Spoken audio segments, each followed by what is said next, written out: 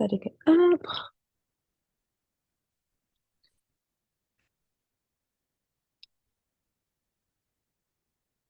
just because I got time. I got time for it.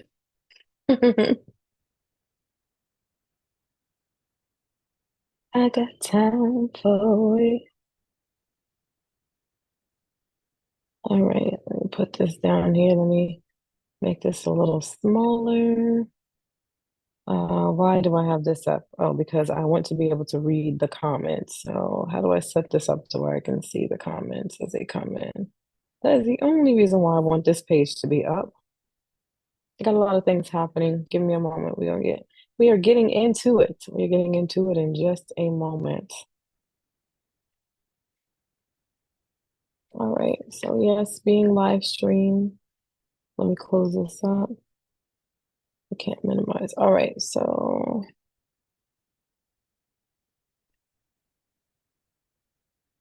I'm coming with some receipts. I'm here to talk about some things. Okay, I don't want my note taker in here, so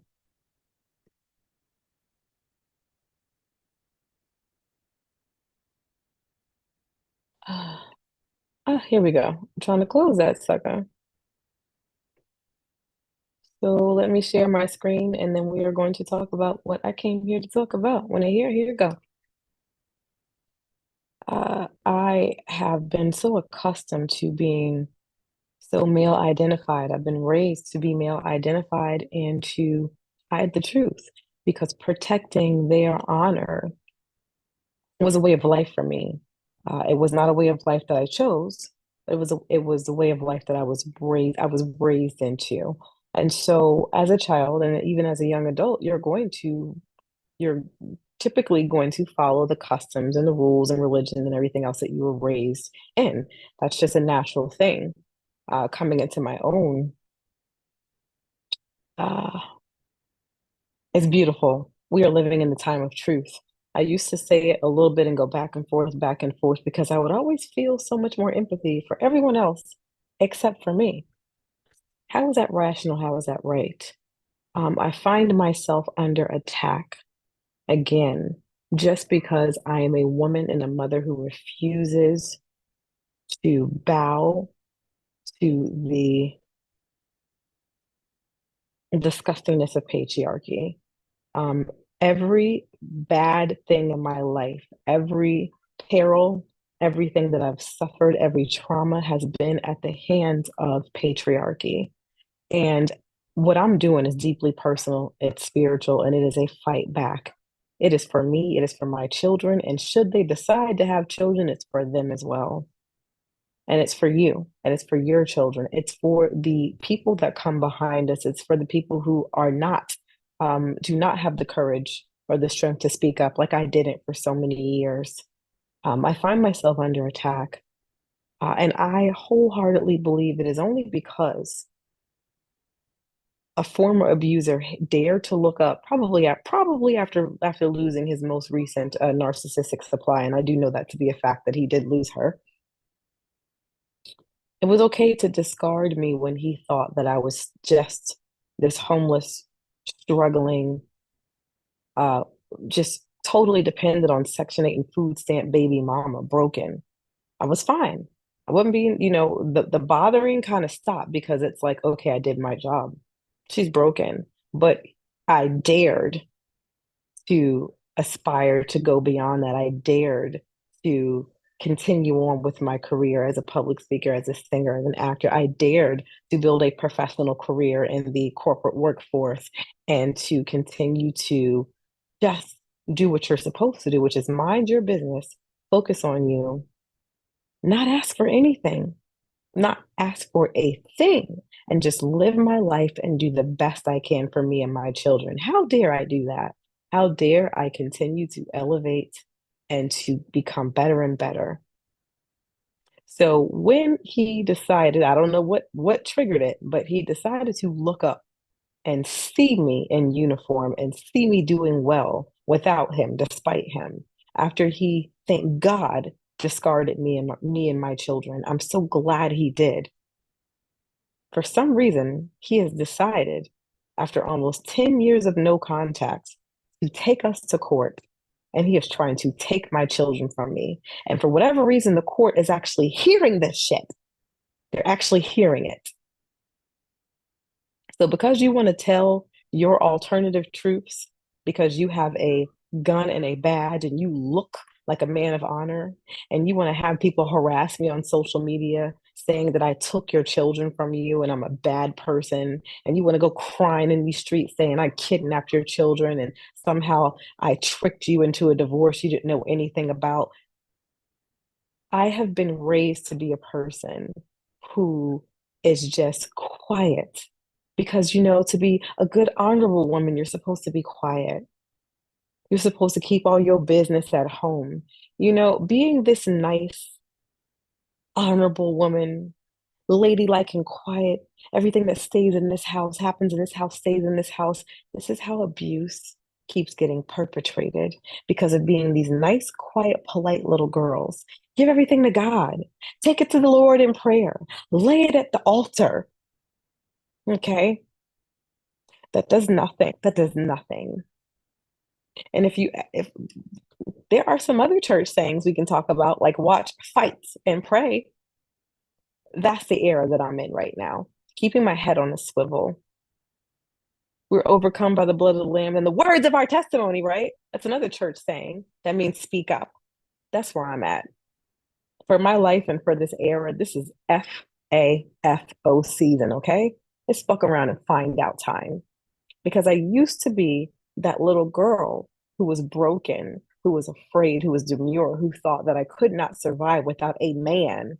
Even if it was a terrible one, he's still a man. So just by virtue of you having a bat and two balls, I was so identified with that. I felt like that even that you're still a king. That still makes you a leader. That still makes you the head of the house. Therefore, you're supposed to be the head of my life and my children's life.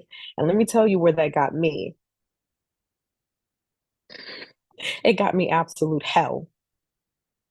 And you know who had to bring myself out of that? Me. Me. And you know who's trying to drag me back into that hell? That damn demon. So here we go. This episode is all about me coming with some receipts. Okay. Since nobody else, I asked for help. I went to one of his chief of police. I made phone calls. I asked for help. I was in hospitals, trying to get a social worker, a caseworker. I even reached out to family members and everything, but they gaslight you and try to make you feel like you're crazy. I even had my own father say to me about this freaking monster. One of the times when I decided, you know what, I shouldn't go through with being on this path of getting married to my own father said, what's wrong with you young girls? Here you are. You got two kids by two different fathers, and look at him. Look at him. Look at you. You don't have anything. And basically, I've got a scarlet A, I guess, on my chest or my back, because I'm a single mother. I'm a divorced mother of two by two different men now. Ooh, now, basically, look at you, you're damaged. But look at him. He's got a nice job because he's a cop. He's got a nice car, which he wasn't even paying the bill on, got repoed. He got a nice house, which he got also evicted from that house and every house he ever had. But, look at the aesthetics. He's a man.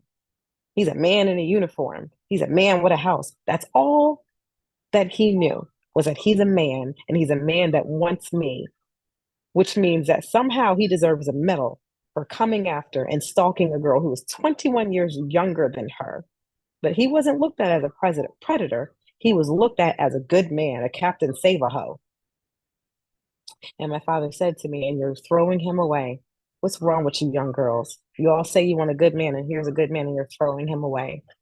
And against my guts, against my better judgment, against everything that my ancestors and my own spirit was telling me, I decided to stay male identified, to stay in that spirit of Pekmisha, the spirit of Miss Barbara the Builder and everything else, the spirit of the man is Cain. I married this man. And when I tell you he took me and my children through hell, hey, baby, go back upstairs, okay? Grab the phone. Thank you. And going upstairs. When I tell you he took me and my children through hell, I'm going to give you some insight. I'm going to come with receipts because everything he's saying is a lie because he's a master manipulator, just like his father, Satan. I'm going to come with the truth, the documented truth. So here we go. Let me share my screen so that as I'm reading it, you can even see it. Let me figure out how to do this really quick. We're gonna go on a little journey. So share screen,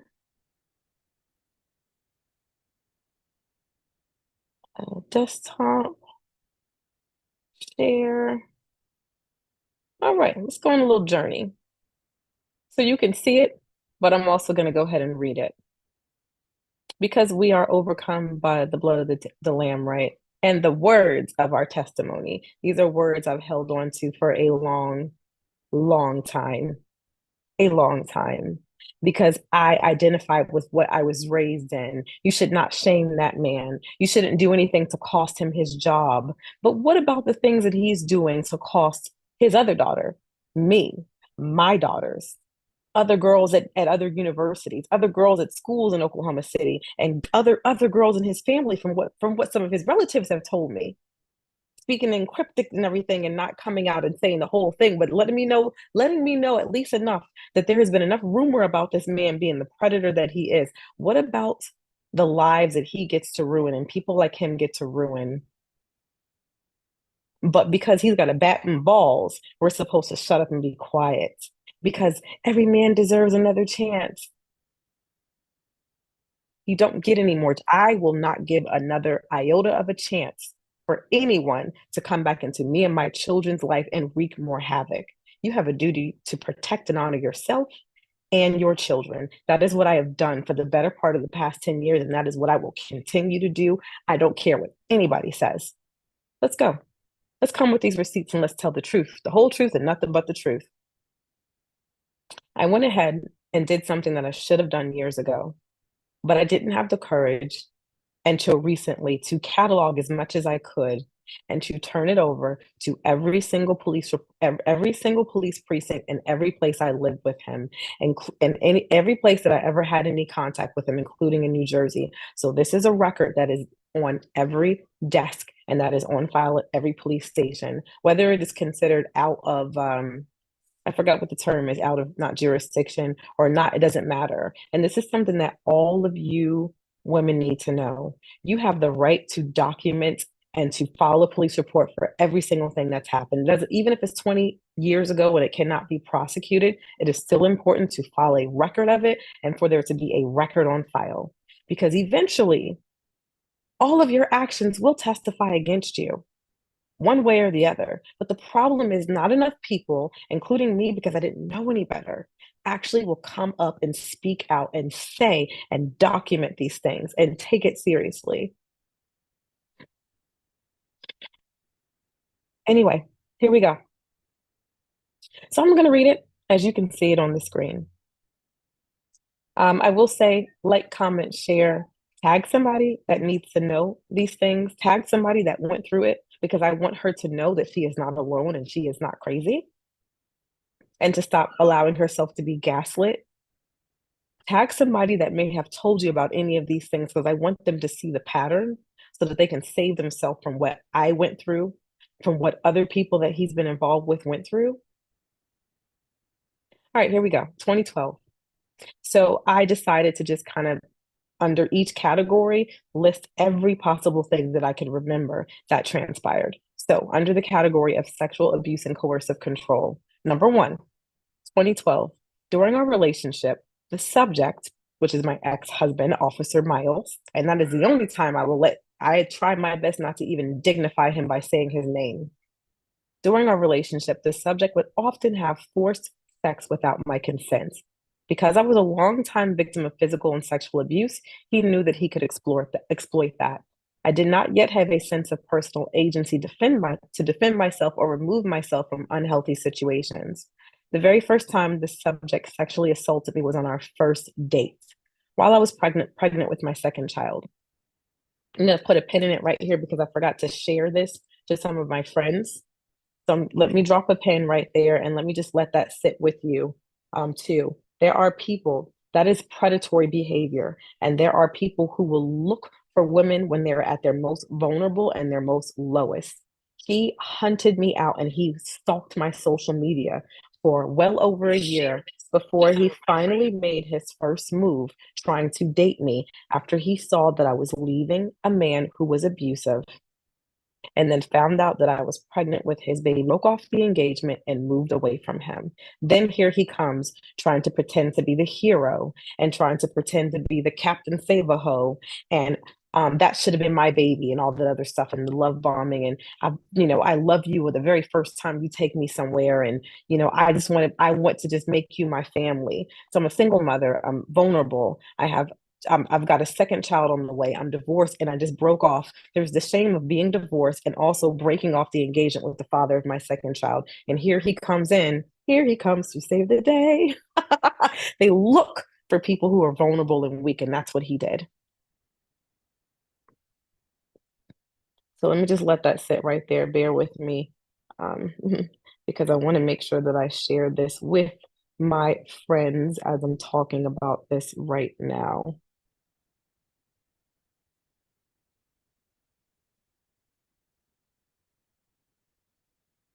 And I'm live.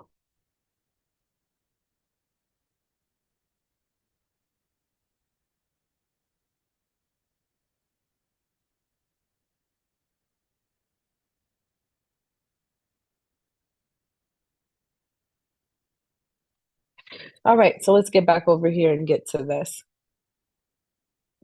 He would later assert to outsiders and me that he claimed this child, Caden, as his own daughter, while not providing any care or support for her.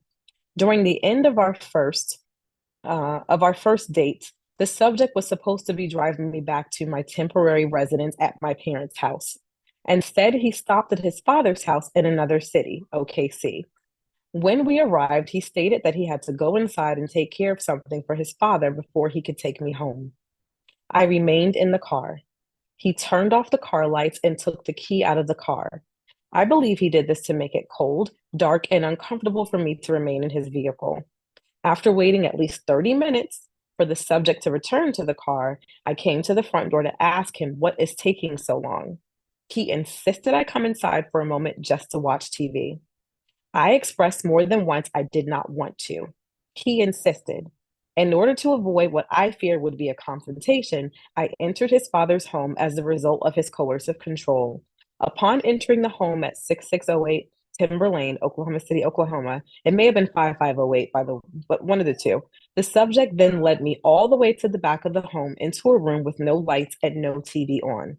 I mentioned the TV was not on. He turned it on for a few moments and he encouraged me to make myself comfortable on the bed. I sat there and I was not comfortable. He then turned the TV off and put his body on top of mine and began forcing his tongue into my mouth. I said no twice. He then said yes, yes, yes. I'll never forget exactly how he said it, like you were speaking to a baby. I was uncomfortable and afraid to fight him off. I let him relieve his sexual urges on me and in me. I did not enjoy it or engage. Afterwards, he told me he had to do it and he couldn't wait because he loved me. I believe that when he did this, he trauma bonded with me and groomed me for the abuse that I would endure from him for several years until I got therapy, asserted boundaries that he refused to honor, and then consistently informed him I was moving away from him after he discarded me and my children for no longer being compliant. Compliant was his favorite choice of word to use against me. I want to say something about this. A lot of women are blamed for being sexually assaulted, for being abused, for being raped. Do you know why women will go along to get along? Do you know why women will go ahead and give up that telephone number when they don't want to and give in to advances when they don't want to? It's not consensual sex. It's not sex. It's survival. It is survival because we know that in most cases, if you resist and if you fight, it's going to become violence. Then it's going to be grape, probably in the worst form, because men like this are predators. They are animalistic. They enjoy the hunt, they enjoy the chase, they enjoy the fight, they enjoy the conquer. We know that if we fight, and this is a fact because how many women have been shot have been beat up, have been punched just for refusing to give up a telephone number. I was actually sitting in my crew room recently, and a pilot invited himself to come and sit down next to me a couple of weeks ago. I'm minding my own business. I'm studying and doing other things, and he comes and sits next to me, strikes up a conversation, and would not shut up and would not stop. Me being new, I knew being new and being a Black woman that if I said something and if I told him to leave me alone, I could probably get fired because pilots are treated like they're freaking gods, first of all, or I would be seen as some aggressive, angry Black woman who can't get along with people. He would not stop talking to me and also letting me know that he dates young Black girls. I don't care. And then he went on to ask me for my number and tell me he's going to take me to such and such and da da da. I didn't ask for any of that. I gave him my business phone. I gave him my Google Voice number. He took out his old flip phone and he called the number in front of me. Hey, I'm going live and it's kind of adult content. So I want you guys to stay, in other parts of the house. Okay. You good? Oh, no, no. KK left for a little while. So this is not just something that Ash Guardians do, although I see it most from them. When he called the number in front of me, I got to admit, a part of me chuckled because I was so surprised that he was doing that too. It's typical XY behavior, apparently, across all colors and also all economic boundaries as well. I was like completely mortified. And so when my phone didn't ring, he was like, I forgot what he said. And I just said, I said, my ringer's not on or such and such. And then I pulled it up. I quickly pulled up my Google Voice thing so that he could see. He could have just been super weird or he could have been super predatory. Either way it goes, super inappropriate and super scary and super not safe. Like, where can we go as women and be safe from this? It is not that we are acquiescing. It is not that we are inviting or agreeing. It is called survival. We just want to be able to get away as safely as we can. That's all that is. Okay, let's move on. Number two, approximately 2013. While living in our marital residence in Guthrie, Oklahoma, unfortunately, I did go on to marry this fool the next year. Remember, this is who I was. I was a broken girl. I was not yet a woman. I was a girl and very broken. He knew who to go for.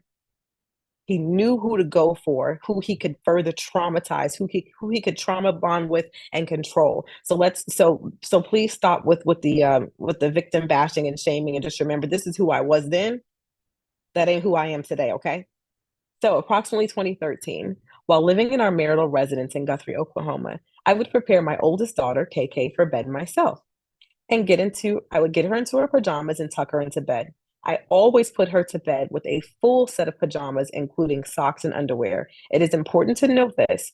KK was approximately 8 years old. I would often find her with no pants and no panties on in the mornings. Upon questioning her, she would state that she has no memory of how she ended up in this condition. During this time, the subject would often try to send me to bed first and then stay up late on the kids' side of our home. Our home was on one side, all of the kids' room and the nursery and all that was on the other side. I suspect that he was removing her clothing and possibly fondling her in her sleep. I asked him several times why my daughter would wake up with no pants and panties on, and he would refuse to give me a clear answer. He would often dodge the question and start an argument with me, never denying my suspicion. Thank you, honey. Go back upstairs now.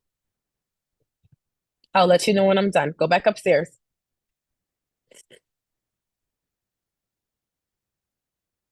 All right, let me keep sharing this.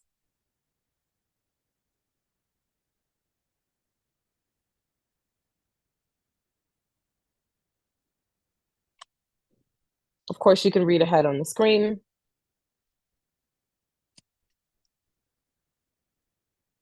Number three, approximately 2012 to 2013. The subject would often take Caden and Maddie's pants off and leave them off and have them in only their diaper. They were both babies. Caden was born in 2012. Maddie was born in 2013. So they were newborn and infant. They were both infants and unable to disclose any suspected sexually inappropriate behaviors from him. I would often express to him that I am not comfortable with this. This would always lead to deflection and smokescreen arguments. You ever just have this feeling that something is just not right? It's just not right. But when you say it to other people, they're like, "Oh, you're overreacting. Maybe you're not looking at it correctly." Just all kinds of things. But you know in your gut it's not right, but you don't have that personal sense of agency yet to really speak up as you should, or you're kind of getting gaslit into thinking, you second guess yourself because you're the only one that's seeing this, the only one that's feeling this. So you might second guess yourself and think, okay, maybe I'm taking this too far, maybe I'm overthinking. First of all, a lot of these monsters love to tell you that you're overthinking, you're thinking about it the wrong way. There was another abuser in my life that would say your intuition is broken, your intuition isn't shit, all of that stuff. um Trust your gut. Trust your gut, even if you have to stand alone in it. Trust your gut. I can't say it enough. All right, let's go on to the next one. Number four, the subject would frequently call Caden sexy baby and you little twat when she was a toddler. I asked him to refrain from this and I told him it was inappropriate. To this, he would assert his right to call our children, his kids, whatever he wanted. Approximately 2012 to 2013. I observed the subject on several occasions keeping his hands in Caden's diaper while holding her. He would also keep his hands and arms covered up with a baby blanket to conceal any suspicion of child fondling.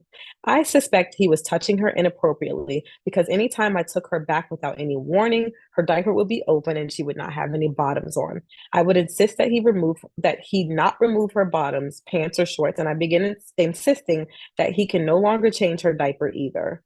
This suspicious behavior continued. 2013. One evening, the subject had an erection while laying on the couch with me and our daughters and watching TV. So at this point, Maddie's a newborn, Caden is a infant toddler, Michaela is in elementary school. We're all living together in our marital home in Guthrie. He grabbed my hand and he forced it on his erect penis in front of our daughters while I recoiled in disgust. He placed my hand on top of it, on top of the clothes, but on it. He laughed when I pulled my hand away and he said, "What are you upset about? Nobody can see it unless they're actually looking." Our children were present. I don't think it's ever appropriate to even sneak that. Lights on, lights off, anything. It's disgusting. And if you know that this is something that I'm not okay with and you continue to do this, how is this not bullying? How is it not abuse? Appreciate your patience as I just continue to share this as I am going on.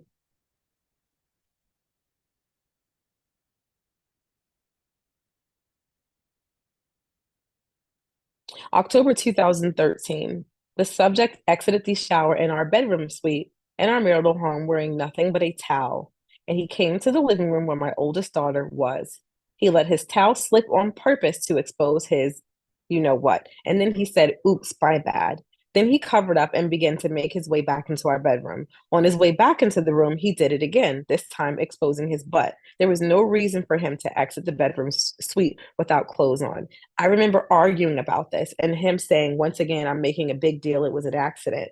My thing is, why would you ever even come? You got to come through the bathroom. You got to come through the big closet. You got to come through our bedroom and come through all of that before you come into the common area of the house. So you made a decision to come through all those places with only a towel on and not put clothes on before you come into the common spaces of our home where there are children present.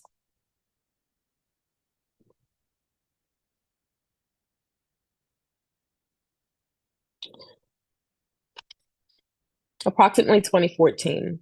The subject of my complaint would often fondle himself, sometimes with hands inside of his pants, sometimes with his hands outside of his pants in the presence of me and all of our daughters in our home. I would explain to them that this is disgusting and inappropriate, and he would refuse to refrain from this behavior.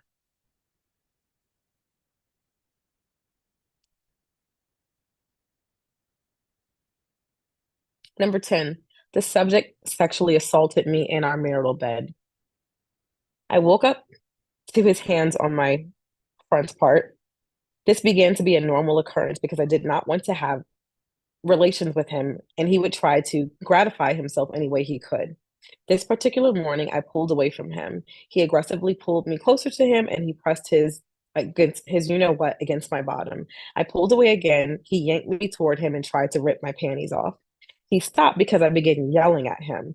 We got children in the house. Then he began to try to emotionally manipulate me by crying and saying that I don't love him anymore. He would often do things like this to try and coerce me into giving in to his sexual advances. You know, force it, take it, instead of actually earn it. But in his mind, we're living in this house and he's working a job, not paying all the bills. The house I actually got, y'all. But in his mind, he's providing this home that he actually didn't provide. And he's providing some of his paycheck.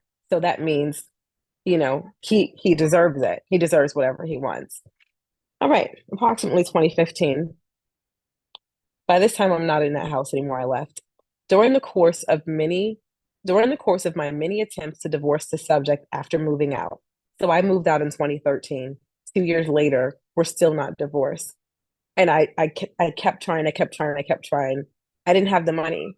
I had Legal Shield, and Legal Shield will give you a divorce for free as long as both parties agree. And when I tell you, I kept having them draw up papers after papers, and every time I would send it to him to sign, he would find some other problem and he would send it back to me and refuse to sign. It got to the point to where I am breaking down in tears, calling my friends because he would say, "Okay, I'm going to sign it. Meet me at such and such place." And sometimes it would be very late at night. And I would go meet him at that place. And then he still would look at the papers, refuse to sign it. It was just the satisfaction of me, thinking that I'm finally going to be divorced and free of you. And just for you to get me to come meet you somewhere, 11 o'clock at night, midnight, whatever. I'm going to sign the papers now, refuse to sign it. And then, and laugh. You're still my wife. I still got you. He refused to divorce me. And I went through this for 3 years. I left him in 2013. It took me 3 years to figure out how to find the resources and the money to be able to divorce him on my own.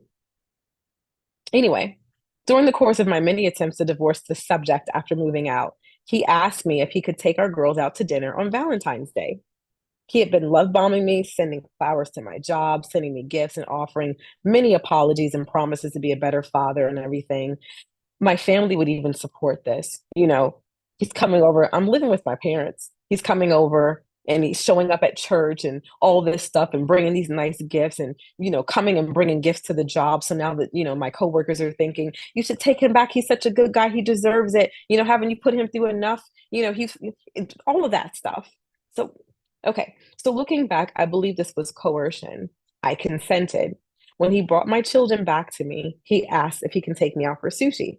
He knows how much I love it. He's always hated sushi. We've never, ever gone on a date that I've ever been happy with. He's never offered to take me on any good dates. And he has never, ever, ever offered to take me to sushi. So obviously, this is game. But again, this is who I was then. It ain't who I am today, okay? I agreed to go. He offered me many drinks. He brought me home to my parents' house drunk, and he coerced me into sex with him. I discovered a few weeks later that I was pregnant.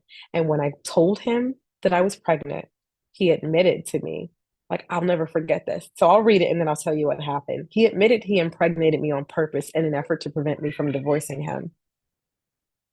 He told me when we first got married, his first course of action was to immediately impregnate me, and he did.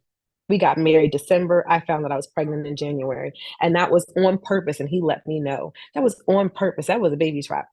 Now you got my baby too. And it was also to try to slow me down and to stop me from continuing to record music and to stop me from being able to continue to film movies.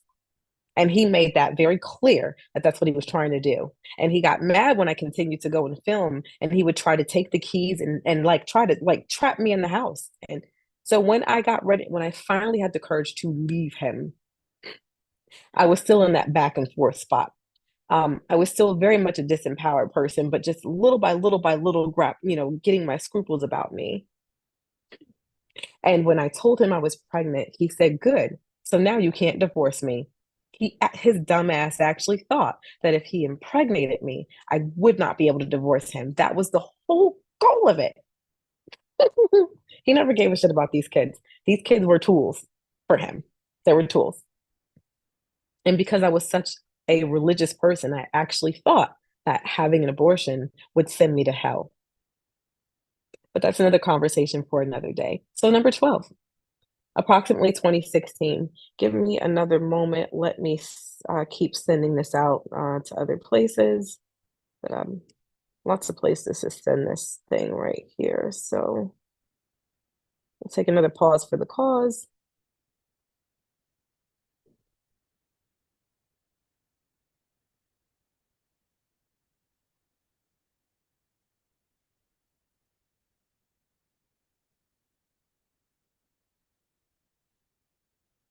Hmm.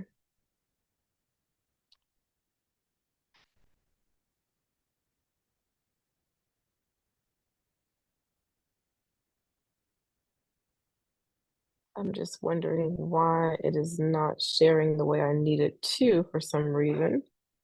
So let's share, copy, going live right now. All right, there we go. All right. Approximately 2016, Applejack's Daycare OKC alerted me to a suspicion of sexual abuse with Caden and Maddie. The teacher said that she noticed that only after the girls went with the subject for a weekend and he brought them back to daycare on Mondays, did she see a vast difference in our daughter's disposition. She told me that Caden would regress physically after having been potty trained for at least a year, that she would then poop on herself at the daycare. She also expressed that Maddie would then display aggressive behaviors, and she was also asking the boys to pull down their pants and show her their front private parts. She noticed that this only happened after a visit with him. I called him, and let me put a pause here. There were very few times, very few times. I mean, like less than five that I can think of and recall. And I'm still trying to subpoena those records so I can have the facts of exactly how many times. But I know that there are very few times that they ever went with him over a weekend because, first of all, he never wanted to be bothered with them. And the very few times they ever went with him, it's because the few girlfriends I had that would help me with him were not available. And I darn near had to hound and hound and hound him to actually be just a minuscule of a father. I will also say that after this incident, I never let the girls go with him again. I'd never let him be alone with the kids anymore. Like after this, there's nothing else. Um there's no benefits of a doubt that I could even like reconcile within myself after this. So anyway, this teacher noticed that this only happened after a visit with their father slash stepfather. I called him to explain this to him, and he would never address it. He immediately began deflecting from the topic and yelling at me that this is probably one of my boyfriends that I had living with me. I never had a man living with me. I had a boyfriend I was dating. He lived in another city, and he was not a threat to my children ever. A case was opened with the state. I cooperated with that daycare, and we both opened a collective case. We contacted a police officer. I think his name was Detective Daniel Sheehan, actually. We reached out to him. I don't know if that detective is around anymore, but I'll never forget his name, which is interesting. This was years ago, 2016. But we filed a case with DHS. We also filed a police report. And the children were forensically interviewed. I had all the children forensically interviewed. I will say this. I was questioned when I was a child experiencing SA as a teenager.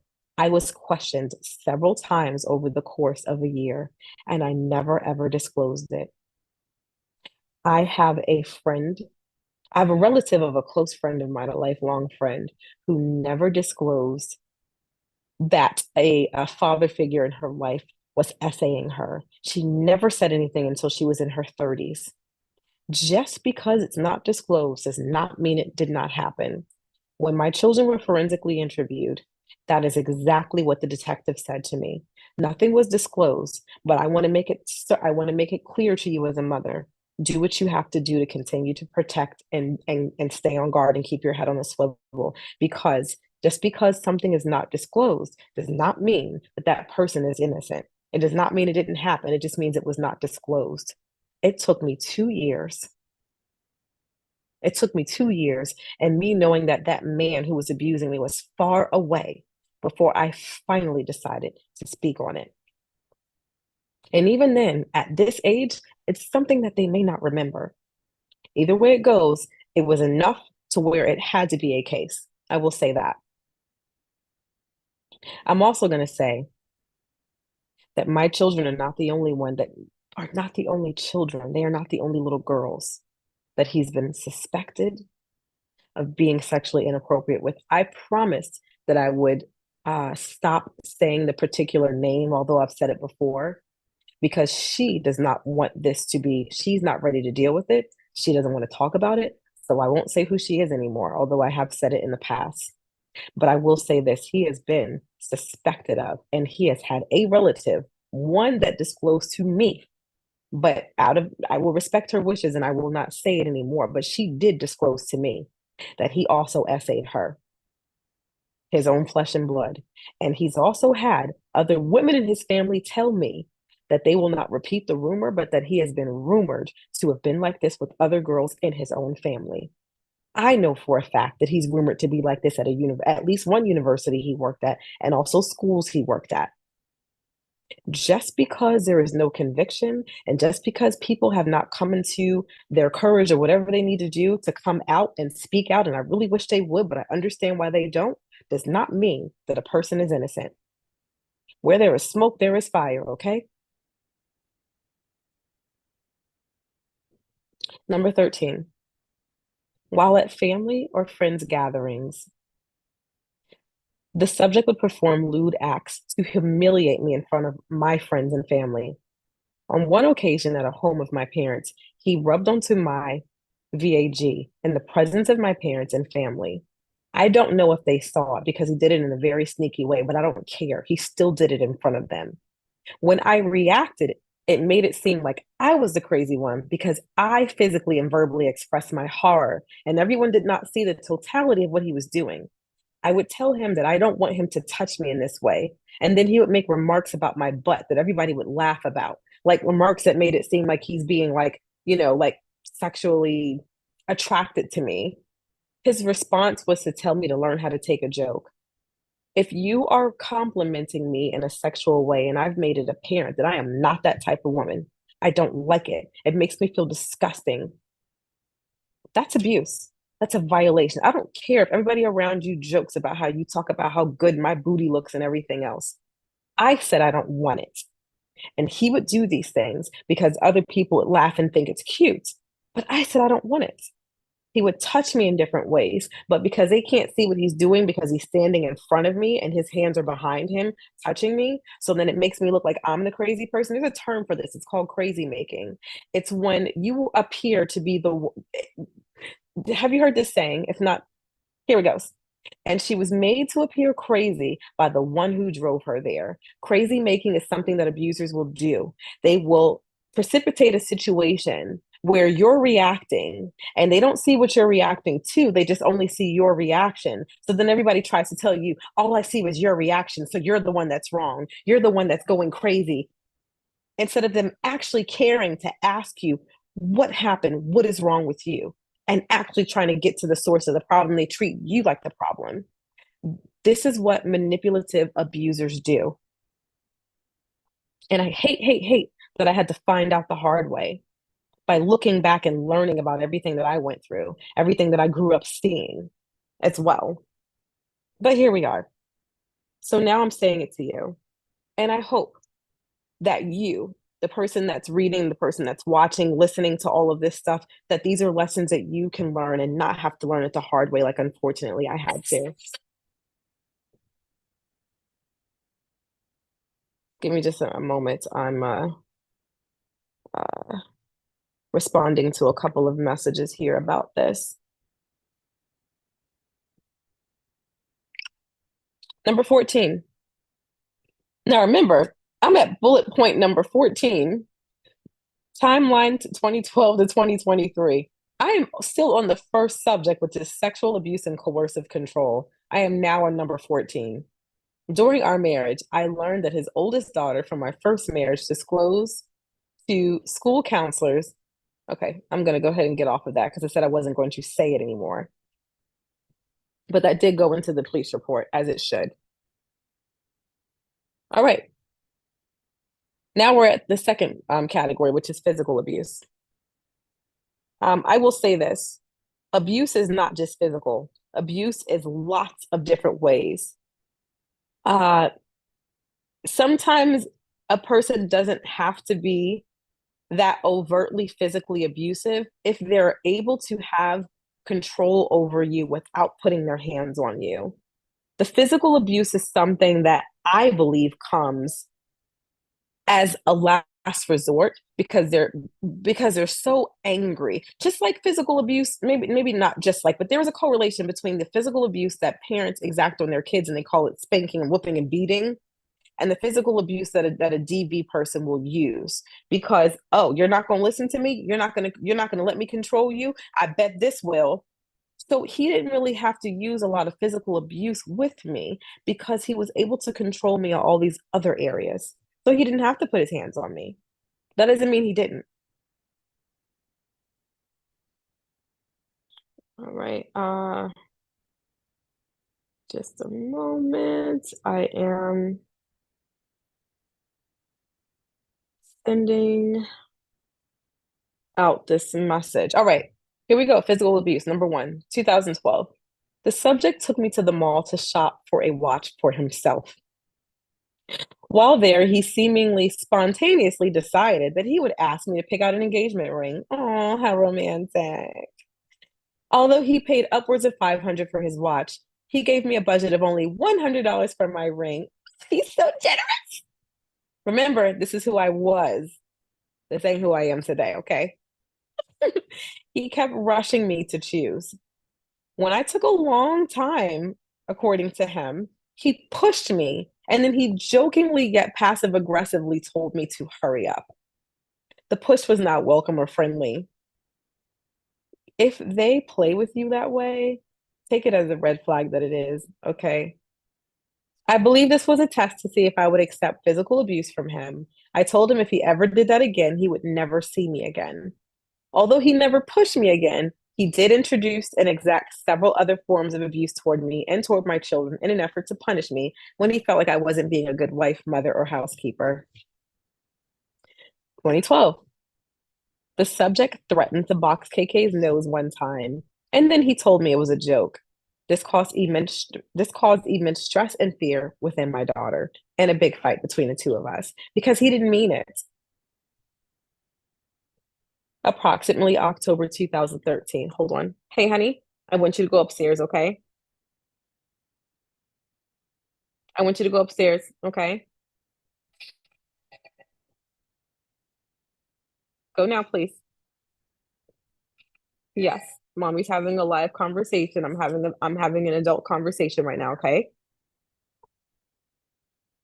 Can you find it later? Okay. And we can have movie night later, okay? Okay. I need you to go upstairs right now, please. Okay. Oh my gosh, like every alarm possible is going off on my phone. Hmm.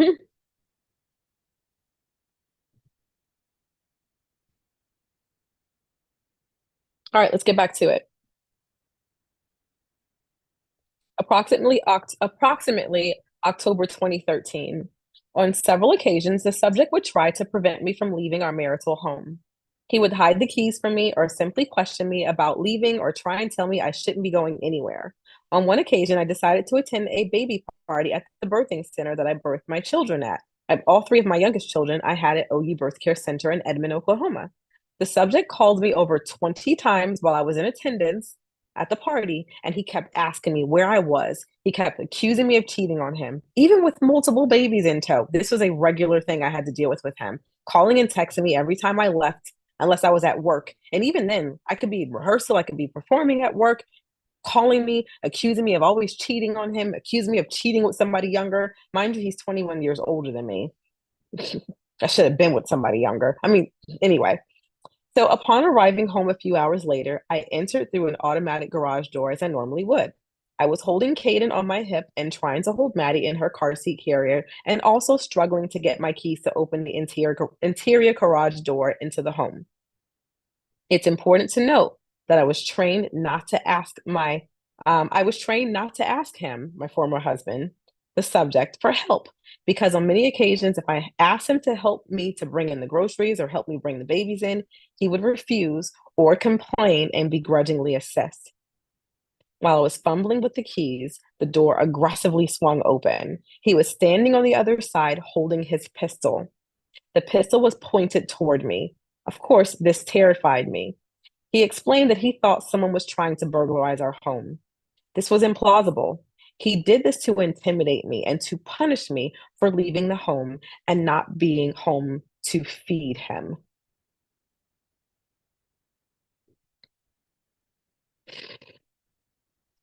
When I would leave, if I would leave him at home with the babies, he would call me and call me and call me and call me and say, how do I fix a bottle? How do I do this? How do I do that?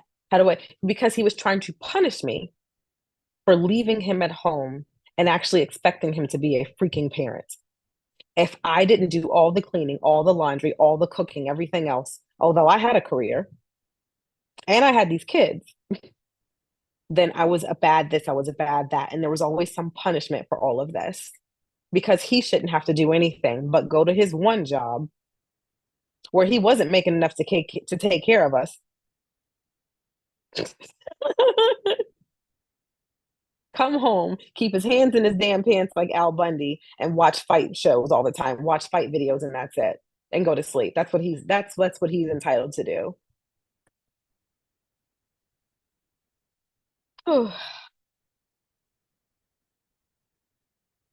I also want to talk about this gun issue.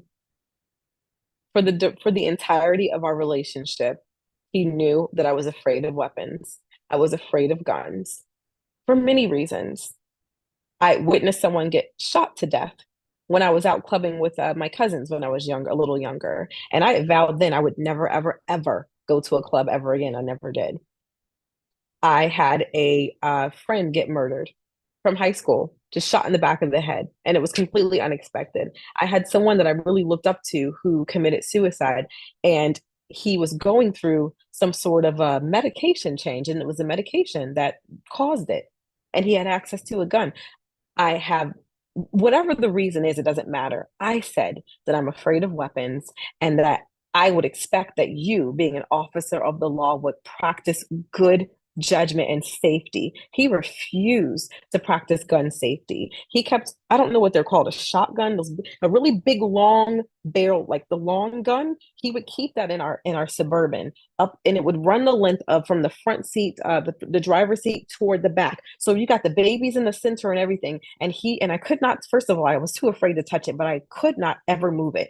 He kept it in that Suburban. It wasn't locked, it was loaded. He would keep weapons and guns all over the house. He would sleep with weapons and brass knuckles under his pillow.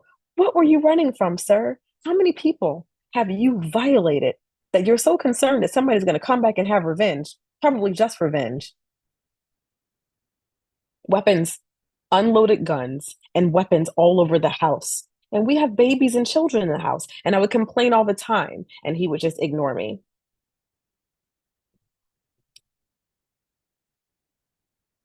Approximately February 2013. I was a professional background artist for the gospel singer Fred Hammond of DFW, Texas. During this time, Mr. Hammond called me and he asked me to come and be a part of a movie film that I provided music for the soundtrack for.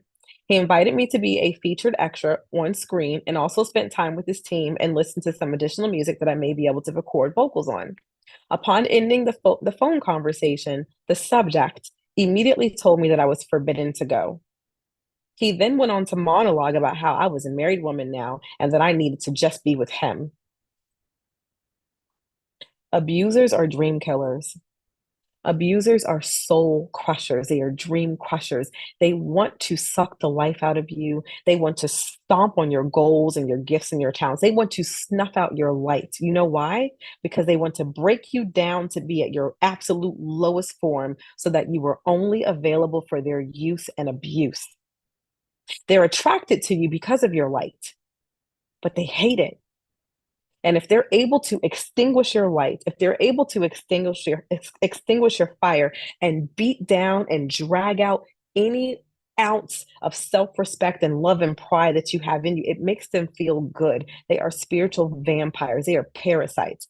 They have to feed because they are completely devoid. They have nothing in their souls.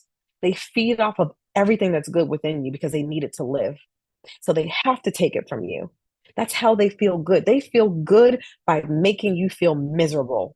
They drink your tears like wine. They get drunk off of your pain and your tears and everything. Like you're torturing your and you're suffering. They need that for fuel to live on. Do they don't doubts do not deserve benefits. You don't give benefits to any doubt.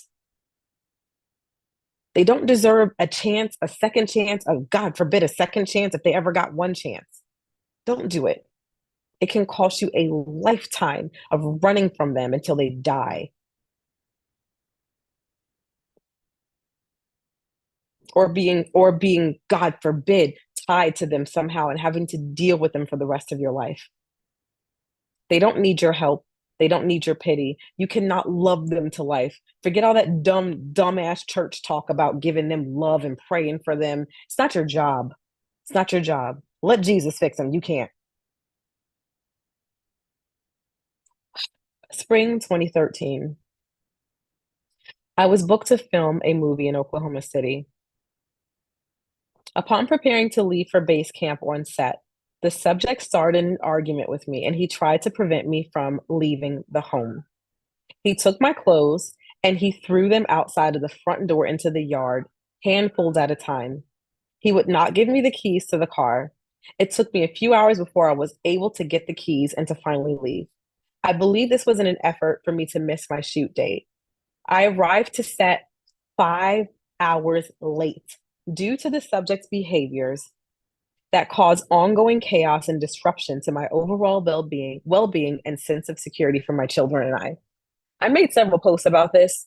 I'll find one of the posts and I will actually link it in the comments of this YouTube channel. Um, I remember that day. I remember all this stuff so vividly because that's what trauma does, you know. It imprints, it either completely erases things from your brain or it imprints things so vividly that you could just never forget it. It does one of the two. It does one, and sometimes it does both at different times as well. TA, hello Nikki, what's going on? I just finished the last video of your series. Awesome storytelling, prayers and blessings to you. I don't know who TA is, but thank you for your comment on my live stream. And thank you for being here. I spent many years being unheard and allowing and just being shut up. As a child and as a young adult, I didn't allow myself to be shut up, just what it was. But then in my younger adult years, I allowed myself to continue being shut up because it's all I knew. And I would go back and forth, stepping into my power for a little bit and then being immediately like abused for it, punished for it. It took me a while to get here to where it's, guess what? I'm going to be heard, like it or not. And everywhere my voice is supposed to go, it's going to go there. It's going to get there. And you don't get to shut it up anymore. That's what I get to say to every abuser. You don't get to shut it up. You do not get to snuff my light anymore. It's not yours to take, first of all. It didn't come from you, and you don't get to take it anymore. And I'm not that same disempowered person that would even willfully give it up just for the sake of peace. Fuck your peace. Okay? Fuck your feelings. That's where I'm at. We are in the season of fuck around and find out. FAFO. Okay, that's where we're at. Hello. You're rocking with darling Nikki. Let's keep it going. Oh, let me tell you about this movie shoot. I forgot which one it was. The name got changed several times, and these are all, smaller films, but I'm proud to have been able to be able to do it and to do what I've done so far and everything that I will continue to do. I'm proud of it. and I should be. And I'm grateful because those are all doors I opened for myself without most without an agency, without a big label, and also in the midst of going through all of this stuff. There was one thing that I never did, which I never completely gave up on my dreams and gave up on myself. I always found at least something within me to try my best to keep going amidst all of this craziness. And this is the stuff that bought my baby's diapers. These are the things that bought my formula and my breast pump and everything else. Because he didn't, these men failed me. None of them provided for these children that they put in me. I'm gonna make that 1,000% clear. None of them did. Not they little funky child support that they barely paid either. Okay. So about this movie, although I arrived to base camp 5 minutes late to set, this was nothing but just spiritual protection because this could have really, really hurt my reputation. Now, one, I was just a background. Well, not let me not say just because I was a part of the film, and backgrounds are important as well. I was a background extra. So that was one thing that probably was good. They wound up being delayed and having so many delays that day. And I am so glad because I've always prided myself. Any of the producers that remember me from working on anything in that region, one thing that they always knew about me was I am reliable. You could call me even at the last minute. I wanted to work. I was hungry. If they didn't have makeup or anything like that, and a lot of those didn't have the budget, I was still coming and doing my own. I was showing up. I was showing up not on time, but to be early. But because to be early is to be on time. And I worked and I was always ready for something else. I came over prepared and always ready to step into something else because I wanted to learn everything I could and I wanted to elevate. So him trying to prevent me from going. And mind you, this is the person that he so-called fell in love with and just really wanted to be with. And as soon as we got married, this is the same person he tried to shut the hell down. He knew what the hell he was doing. I was already doing this before I got with him, well before then. So him causing me to be 5 hours late, trying to prevent me from getting to this movie shoot and prevent me from making the money that I needed to make to keep taking care of myself and my kids. Because although he was my husband, he wasn't. He wasn't. um, I got there 5 hours late. When I got to base camp, the first thing I did was say, I apologize. I know my time was such and such. Before I could even finish the sentence, they were like, wardrobe's over there, such and such is over here. Don't worry about it. We had the whole day was just a hot, shitty mess. We're just glad you're here. There were so many hours late that it did not make a difference. And I was still able to go on and do what I got to do and get my little IMDb points and get my nice little paycheck for being in that movie too. I, that's all I know. I don't think I've ever actually watched the movie, but there's that. But I was able to still do it. And it did not hurt my reputation and it did not hurt my chances to keep working because I needed to keep working. So, next point September 6th, 2013. The evening that I gave, typos here, the evening that I gave birth to Madison, the subject spanked KK in the hospital room because she would not go to sleep and she could not fall asleep. I never gave him permission to lay a hand on my children. Additionally, it was not appropriate to try and force her to go to sleep in a hospital room after witnessing the birth of her sibling. He had never attempted to put his hands on her in front of me before. Why did he choose to do it then? Because I was vulnerable. I just pushed a whole human being out of my body. He took advantage of that. He was so mean to her. He was mean to her a lot. He was mean and oppressive to Michaela and Caden. And because of his punk ass, they shouldn't have even been in the hospital witnessing me giving birth. They should have been with my family. They should have been that he was the only person I had. He was really the only person I had at that moment. He could have taken them to, he could have been outside with them. But nevertheless, they were in there witnessing the birth of their little sister. Don't you think they're going to be excited? Don't you think that they're going to be all kinds of riled up and everything else after what they just witnessed? Why would you try to force her and force them to go to sleep? Who's going to sleep after that? We got into an argument.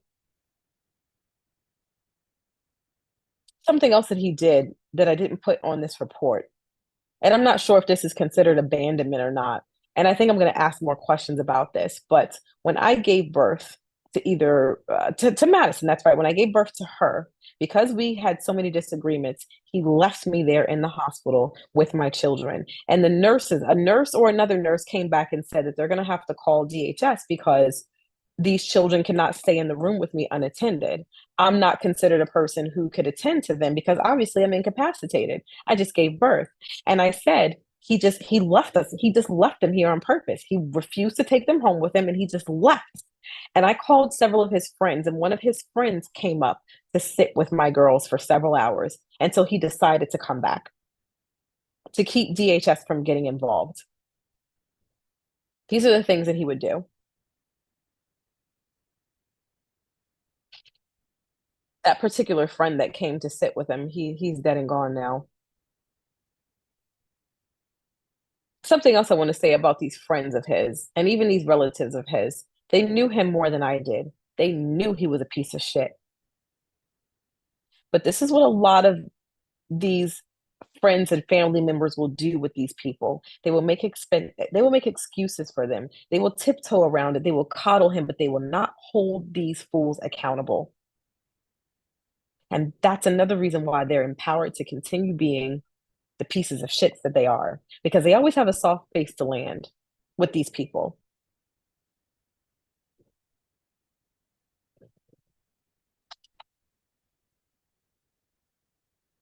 Number 7, the subject would threaten to beat KK with a belt, and then he wound up spanking her a few times for the smallest of things. He would chastise her for failing to live up to unrealistic expectations for a small child. Examples include trying to force her to clean the entire SUV herself and accusing her of making his vehicles, although they were in my credit, filthy, telling her to clean her room daily, and her room was not in a bad condition. He would try to make her do chores, taking care of the babies, and things like that, and things that he did not want to do. So he tried to adultify my child. Once it got to this point, this was about the time. This was around the time where everything culminated, and I said, I'm the hell up out of here. Number 8, 2016 to 2018. After moving out of our marital home, the subject would often drive by my new home, which was 2 cities away from him. He would also call my cell phone incessantly between the hours of midnight and 3 a.m. over a 2 year period. He would sit on the phone just breathing. I could recognize his tone of voice. Sometimes I could also hear the police scanner or activity in the background, and I could hear that he was driving. He would also stalk my former boyfriend that I was dating. On several occasions, he would show up somewhere that he knew I was going to be. He also showed up to my church on one occasion. Once I changed my telephone number, I did not give it to him and I allowed him only to keep my VoIP number, which requires you to identify yourself before it rings to my phone. After I did this, the overnight stalking phone calls stopped. All right, now we're on the third topic, emotional. All right, let me ask my baby girl what she wants here. Hold on, guys. Hey, honey.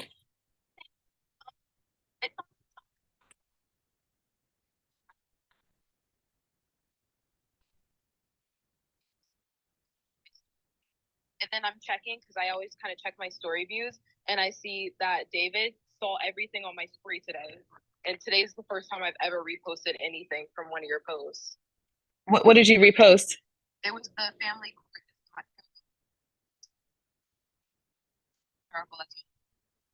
and I had put your post on my story.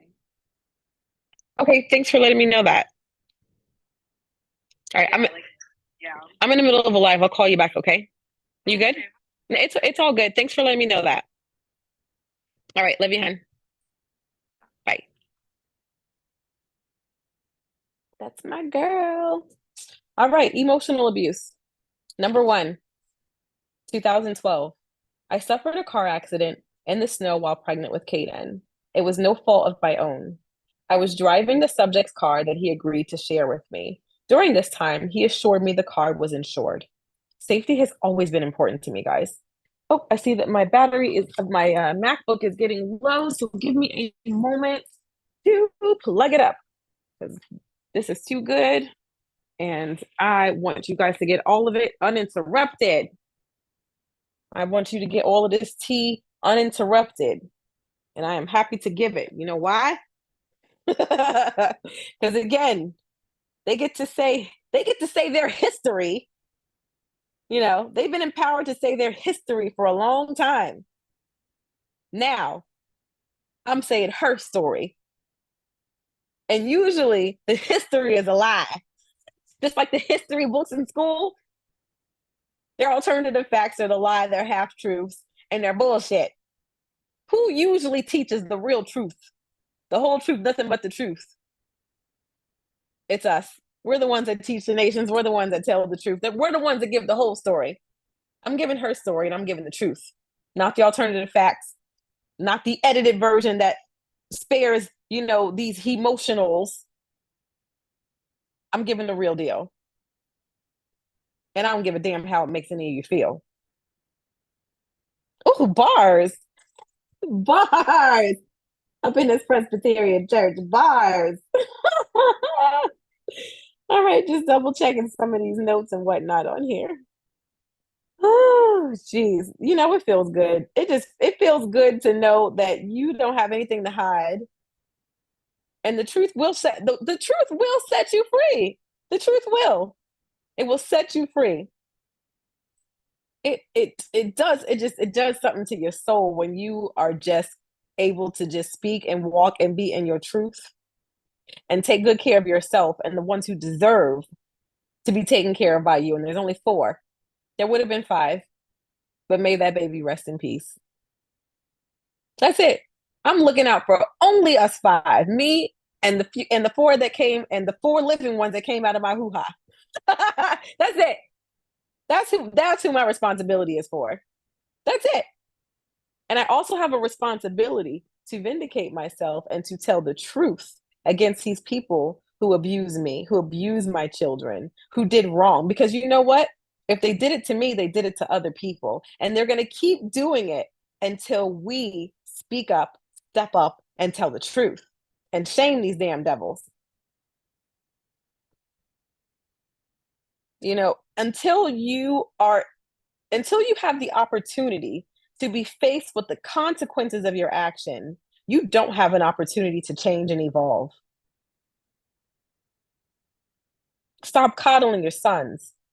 Stop coddling your brothers and your cousins and your uncles and worried about their freaking feelings. Worry about the truth. Worry about what's right.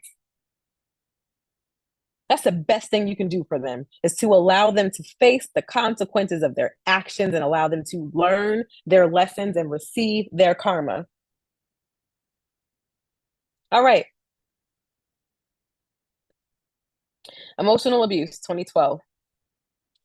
The car was totaled in my accident and caused a pregnancy complication for me. The subject did not come see me at the hospital. Once we did reunite, he chastised me for totaling his car and showed absolute no concern for my physical or emotional state. He also revealed that he lied to me and that the car was not insured. And he tried to blame me for causing him further financial damage. This is one of many occurrences that contributed to me struggling with PTSD and emotional trauma to this date.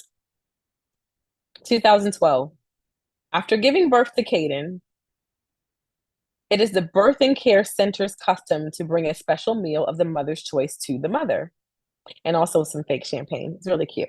When my meal was delivered, the subject ate my meal without permission from the hospital, and he left me with nothing to eat for that evening.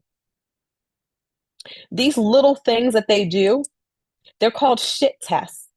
They're doing these little things that can be explained away, or if you complain about it, it could make it seem like you're just making a big deal out of nothing. But it's called a shit test. They're testing you to see how much shit you're going to take from them, to see how far they can go. Because I didn't make a big deal out of that, although that really hurt my feelings and it really angered me, as it should have. That was for me. 2012. I was diagnosed with PTSD during our marriage due to the intense emotional stress that I was suffering due to abuse from this subject. And it was also compiled. It was that on top of all the other abuse that I already experienced before him. He made it worse. 2012, number 4. The subject would often try to force me to refrain from wearing makeup and become verbally aggressive and abusive toward me if I left the home wearing makeup and looking nice. He would try to call me things equivalent to a slut and accuse me of leaving to cheat on him every time I left the home looking nice, wearing makeup, more so when I was leaving to perform or record. Number five, 2012 to 2013. The subject frequently displayed emotionally abusive behaviors toward my oldest child, KK. He showed disdain for her presence and the responsibility of being her stepfather. He often made her feel unwelcome in our home and made a difference with her toward the other children. One example is that he would deny her snacks and treats, and then he would purchase things for himself in her presence and tell her she didn't deserve any. And I know that you guys are going to ask, why did I put up with this? Here is why. I was already made to feel from my own flesh and blood, from my own father, that I was not worthy of love, of dignity, and respect because I was a baby mama, because I was divorced, because I already went through, the whole baby mama stuff. This person's not the father, two kids by two different men. I was already emotionally disempowered by when you have your own father treating you like you don't deserve basic human dignity and respect. One, because of being a female, and then two, for being a baby mama. You end up with men like this. That's why I put up with that. And then I also had this toxic church crap where they say, "Oh, just pray about it. Just give him a minute. It's hard being a step parent. He needs to warm up to it. You guys need to go to therapy and pray. Give him some time." This is a mentality and a lifestyle that I was raised into. I didn't know any better until I did. And I'm going to say it again. That's who I was then, but Nicole Boo is gone, honey. You fucking with a grown woman now. I did the best that I could with the tools that I had. And then I learned better and I did better. And that's why he mad. Ooh, bars. I wasn't even trying, but that's why he's mad. Because how dare I level up? How dare I heal from myself and heal my children? How dare I create peace and stability that he refused to ever have for himself or provide for us? How dare I provide that for myself and I overcome all of that stuff? How dare I slay them demons in me and my children's life? So now he's trying to bust down that door and bring him back because he can't stand to see me rising above it and doing better. Despite him, in spite of him, after him, all of that. Those demons can't stand to know that they have lost their hold on you, and they will do everything they can to try to get it back. He can go to hell and they can go back to hell. I will fight, and I will not stop fighting for my peace, for my children's peace, for my prosperity, for everything that I deserve. Let me tell you something, baby mamas out there. You are worthy. You deserve human respect and dignity. Give it to yourself. Give it to yourself first. You deserve to be loved. You deserve to be supported, and your children. And any man that tries to act like he deserves a medal of honor for putting up and dealing with you and your children, it's not a man. It's a monster. On this day last year, I'm going to go find it and repost it. I did this podcast interview, and I still had a little bit of pick Misha left in me.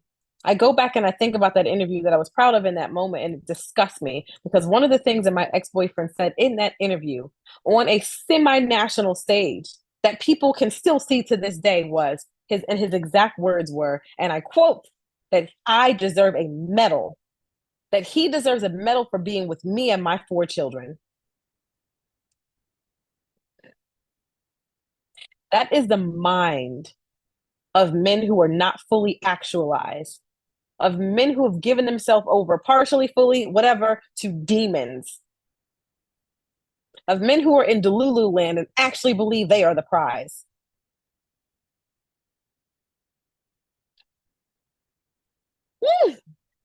Thank God for freedom and growth. Not yet, honey. What do you need, dear? Going upstairs. I couldn't hear everything you said, but okay. We have like so many other areas of the house, and they are so upset because I'm in the living room filming, so they can't be in the living room. Ah, all right, another pause for the cause because I'm just gonna keep sharing this. Ah,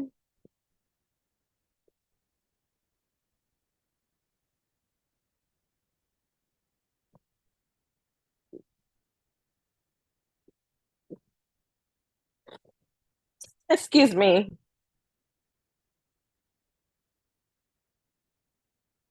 I'm sharing at a couple of different places here.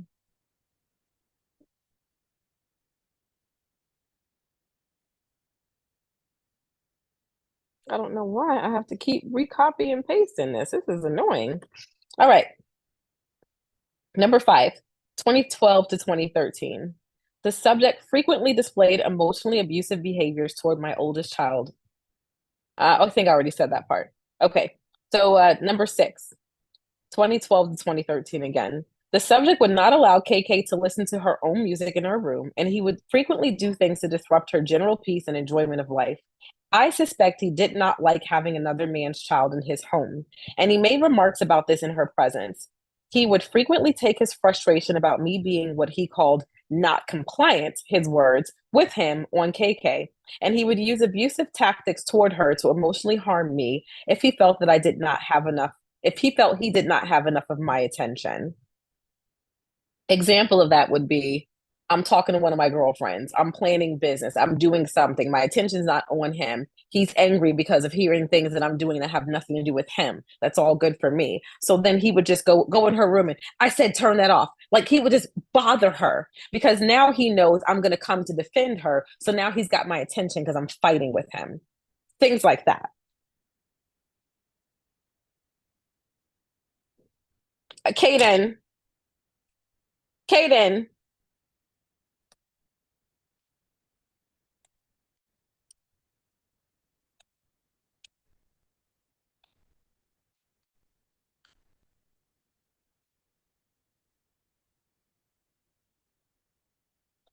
All right.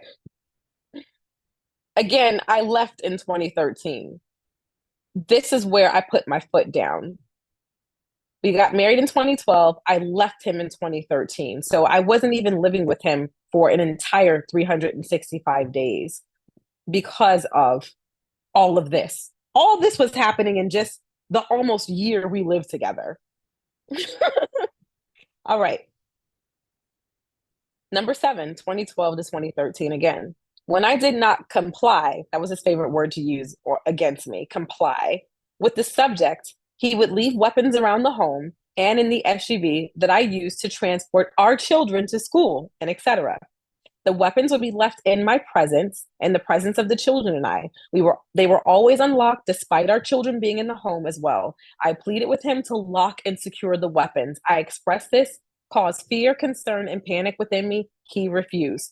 We had no gun safes. We had no gun locks. He refused to have them. I asked him several times to please purchase them. I could not afford them. Even if I did get them, I did not know how to use them. I was terrified to touch them. So I couldn't even pick up the guns to move them. I was too afraid. He knew this. There would be times where he would have the handgun or whatever it's called, the smaller gun. There's not much I don't know about them.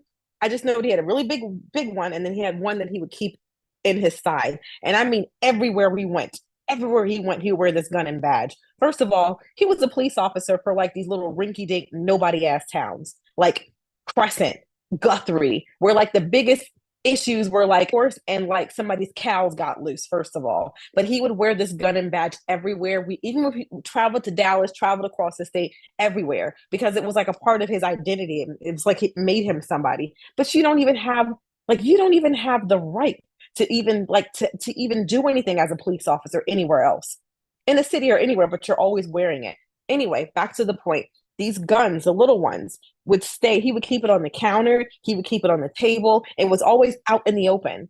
First of all, we live in Guthrie, Oklahoma. What the hell is coming to our house? We lived in the middle of the country. I was isolated. But it also begs the question: who are you running from? Who are you running from? Or was this all about the fact that you wanted to continue to torture and intimidate me? I think it was the latter. Number 8, 2012, 2013. The subject would withhold finances and any means of transportation from me unless he authorized it. Authorized was another word he would frequently use alongside the word compliance concerning me. He would only allow me to access the SUV in order to take my children to school, daycare, and a few authorized outings for laundry, church, and family visits. When I would leave the home, he would call me incessantly, requiring me to tell him where I was and when I would get home. He also would stalk me on social media and look for locations that I checked into. He did this during and after we lived together. So there's something that to this day I share as a joke with his first wife, because when he saw that me and her were actually like cool with each other, this motherfucker actually said, I didn't authorize that friendship to this day. And that's exactly how I laughed in his punk ass, ugly ass Ewok looking face, too. Whole head looking like a goddamn scrotum sack. Ugh. I'm gonna get back to that in a second. That's exactly how I laughed at his face when he said, I didn't authorize that friendship.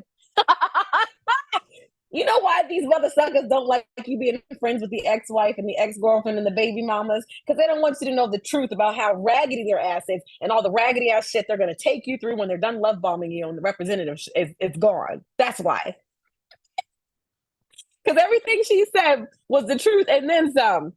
Like literally the blueprint of exactly what he did to her and their baby is what the hell he did to me and mine.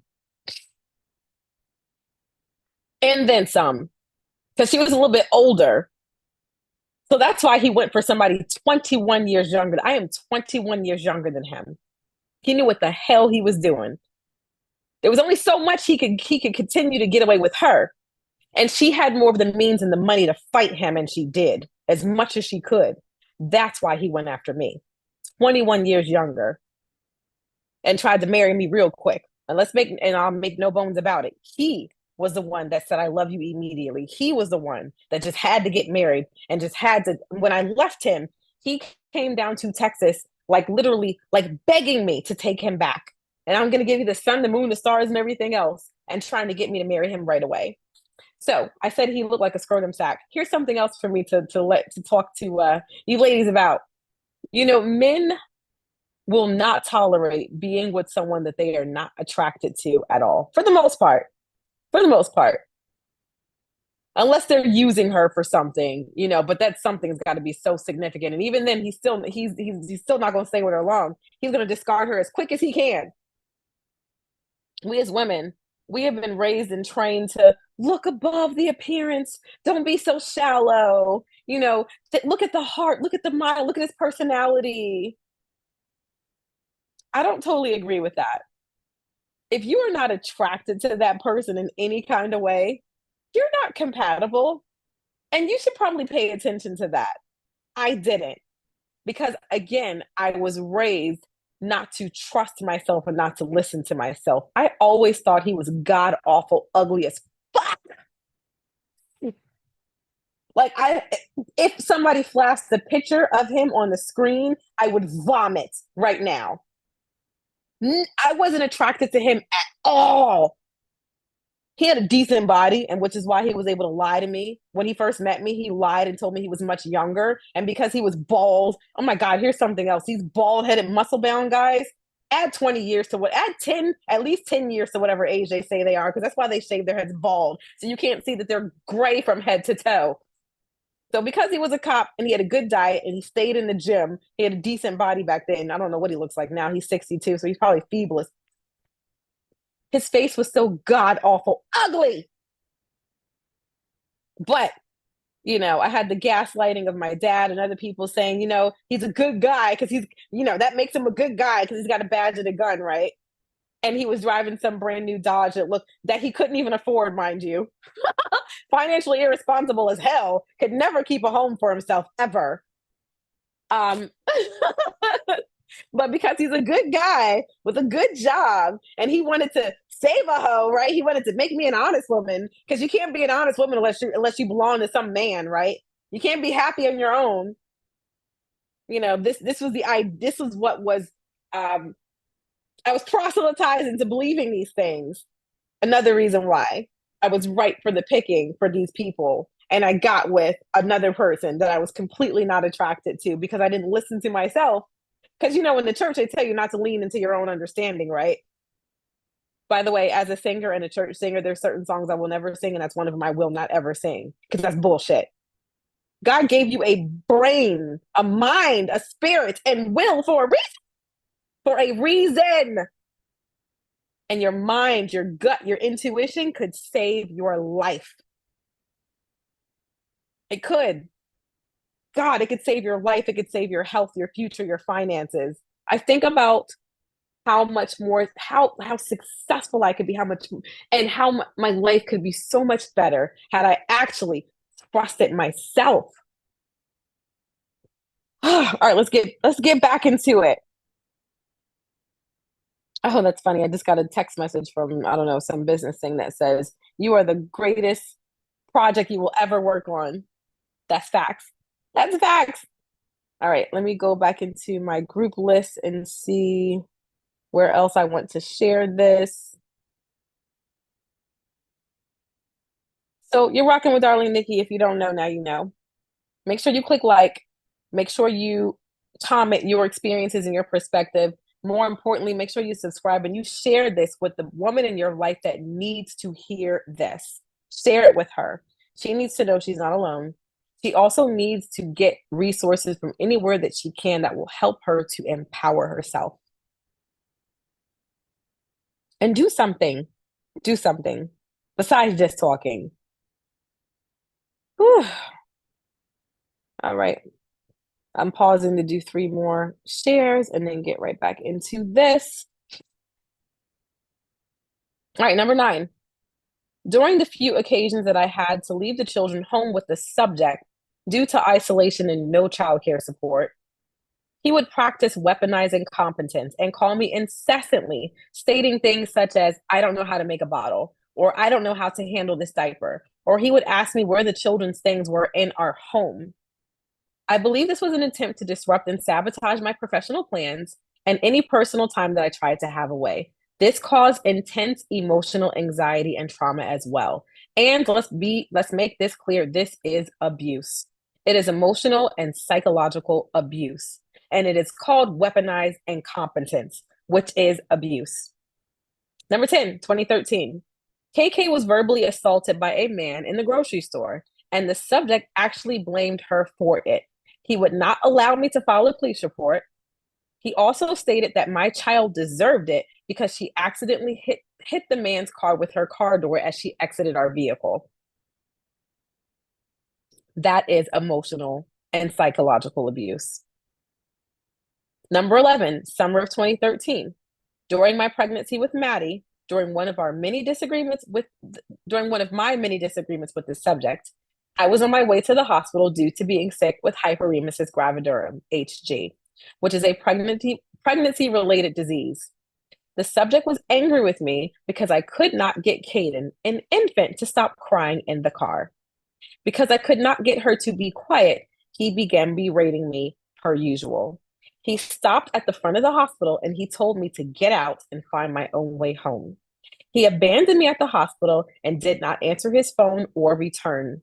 After receiving my treatment at the hospital, my mother traveled, and she was well over an hour away, to retrieve me and then take me to her home, which was over an hour away. So I want to stop to tell you that HG is a pregnancy-related disease. When you get pregnant by these spawns of these guys, you are literally giving them access to control the outcomes of your health. You're putting your life in danger in order to be able to bring their spawns into the world. And there is no love and respect for that at all.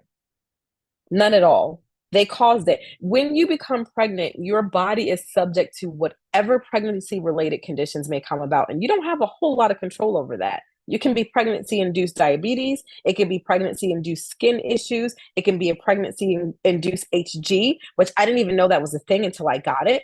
HG, hyperemesis gravidarum, is literally what it sounds like. Hyper means too much, emesis means throwing up, gravidarum, grav, gravity, grave. It literally means excessive vomiting to the point of possible death.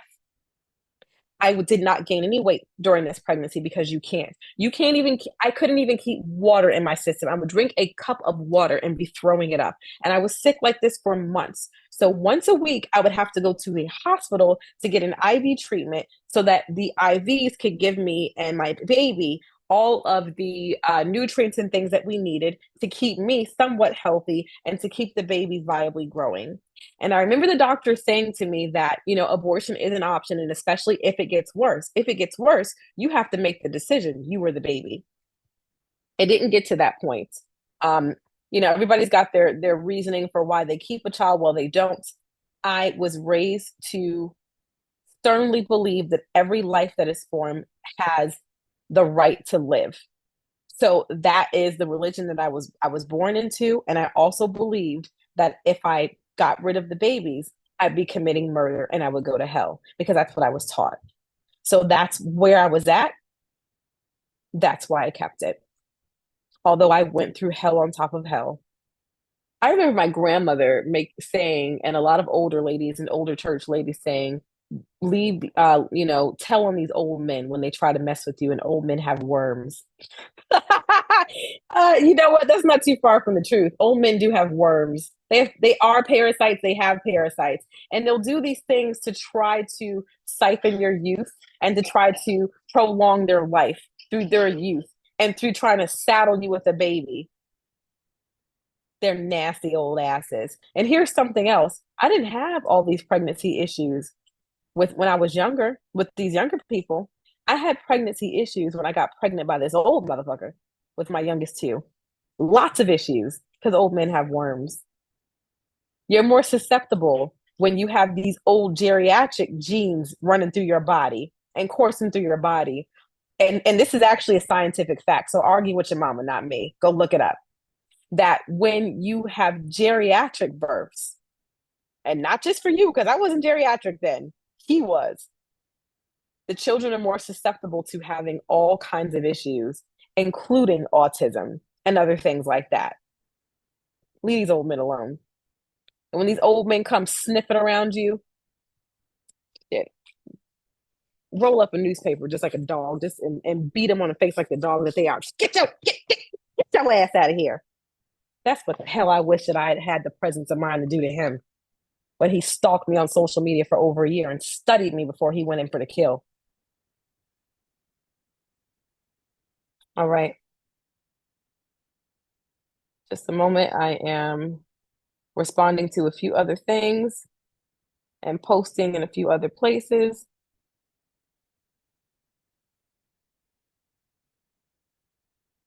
All right, number 12. This is long. It's a long one. 2013, during my pregnancy with Madison. Okay, I already said that. Oh, no, I suffered from HG sickness, which required me to be treated at hospital visits on a weekly basis. I got a lot of typos, dang it. Due to my sickness, I was weak and I'm unable to complete many household tasks.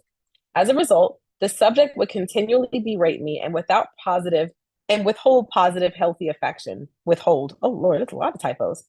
He would also refuse to participate in the care and management of our home and our children. And I say our children because you chose to marry me. That means these are all our children. Some examples are including, but not limited to, refusing to fix bottles, trying to force my elementary age daughter to do it. Refusing to do everything, actually, just literally everything. There was one time in particular that I was so weak because HG makes you weak. You're so weak, like you can't even get up off the couch and walk across the room. Like it just takes everything from you. So you're on bed rest because you have to be.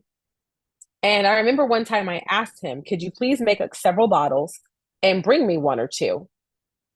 After a bunch of arguing about it, he begrudgingly made one bottle and then he slammed it on the kitchen table. The kitchen is 2 rooms away from me. And he said, get it yourself. That's how much of an evil, like he's evil. These narcissistic people are sociopaths and they are evil. They live to make you suffer.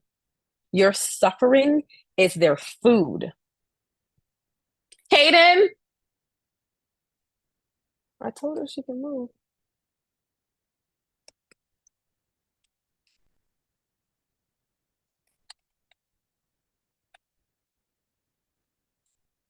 That's funny. You guys can kind of see what I'm putting on here as well.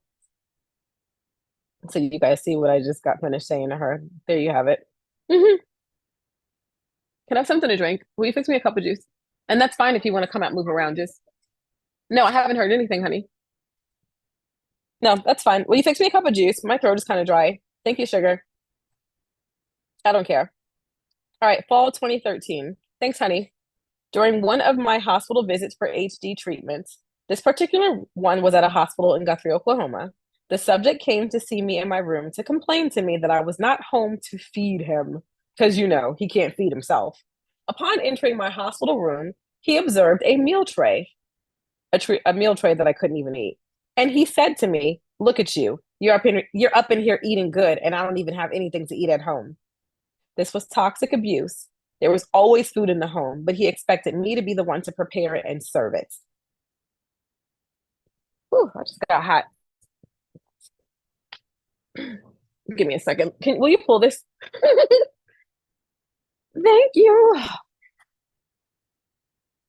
Thank you, sugar. All right, number 14, 2013. KK was afraid of the dark as a small child. The subject would often turn out all of the lights outside of her room on our side of the home, on her side of the home. I believe this was in an effort to be mean and cause her suffering. I did ask him not to do this to her, and I also explained to him that she's afraid of the dark. He did not abstain from continually turning off the lights in the hallway near her room. He also would turn off her nightlight inside of her room. Tell me how that's not evil. It got to the point to where pretty quickly I would say, don't go in her room at all. Do not go in her room.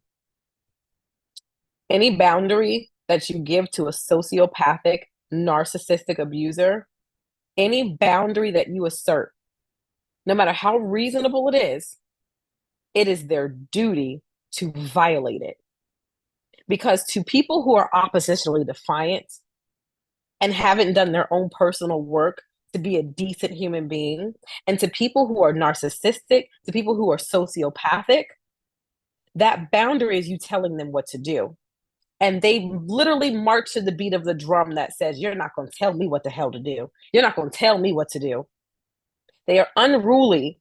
So they're always going to be resistant to rules, regulations, and boundaries. What's really interesting is a lot of them are attracted to being rulers over other people, police officers, teachers, preachers, and they are the most disgusting, unruliest pigs in the world. A lot of them. There's a reason why men in uniforms and suits have the highest divorce rate. You want to have authority over. I remember my dad would say this in pulpit a lot, and I would laugh because it's funny. But then as I got older and I started to mature, I thought to myself, because this is something else. A lot of certain men, when they say things, they're actually projecting how they feel about themselves on the inside. He would say, and other preachers would say, you want to have all this authority over stuff, but you don't even take the authority over the dirty dishes in your house. How true and how true and how true and how factual that is for those type of men. You can't even take authority over the dirty dishes in your home, the piss stains that you leave on the goddamn toilet and floor, the shit stains that you probably leave in your goddamn drawers, the children that you refuse to actually parent and provide for and be emotionally and physically present for. You can't even take authority over that. You won't even take authority over yourself. But you want to take authority over everything else around you. You want to control, these people want to control everything and everyone around them but themselves.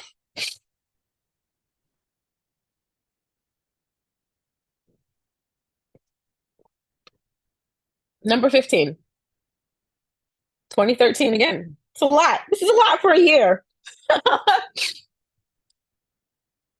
Although I moved out in 2013, like I said, it took me another 3 years to be divorced from him, and then another almost 2 years to be completely free of him, or at least so I thought. And now here it is almost 10 years later, literally out of nowhere, after discarding and having no contact with us. I have my suspicions as to why he's doing it, but I have nothing to do with him, so I won't know for sure. But I'll find out. He's emerged from wherever the hell he's been, and now he is literally trying to take my kids from me and trying to take full custody of kids he doesn't even know. Demonic. Because you want to see me suffer and you want to try to hurt me any way you can. Because how dare I? How dare I exist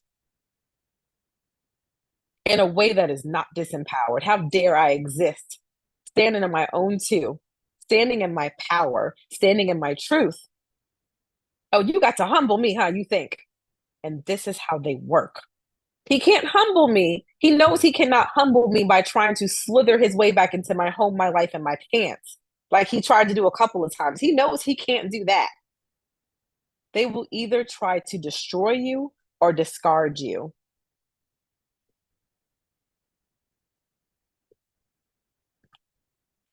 And both of them are for the same exact reason. All right, let's keep it going. 2013, emotional financial abuse. The subject refused to purchase furniture for KK's room in our new marital home. I had to sneak finances to purchase a bed and dresser for her.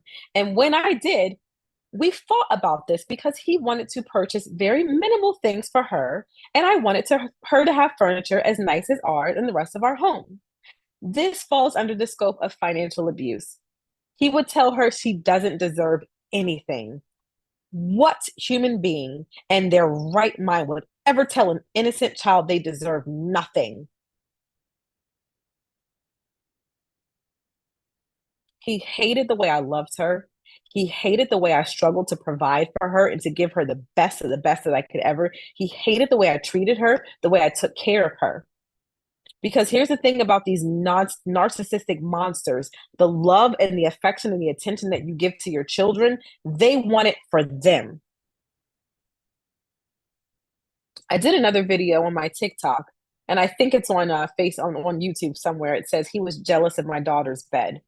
You'll have to drop a comment to remind me, but I'll link that down here as well. That tells more of the story about that. Jealous of my daughter's bed. Approximately February 2013. I'm getting a little sniffy. Hold on.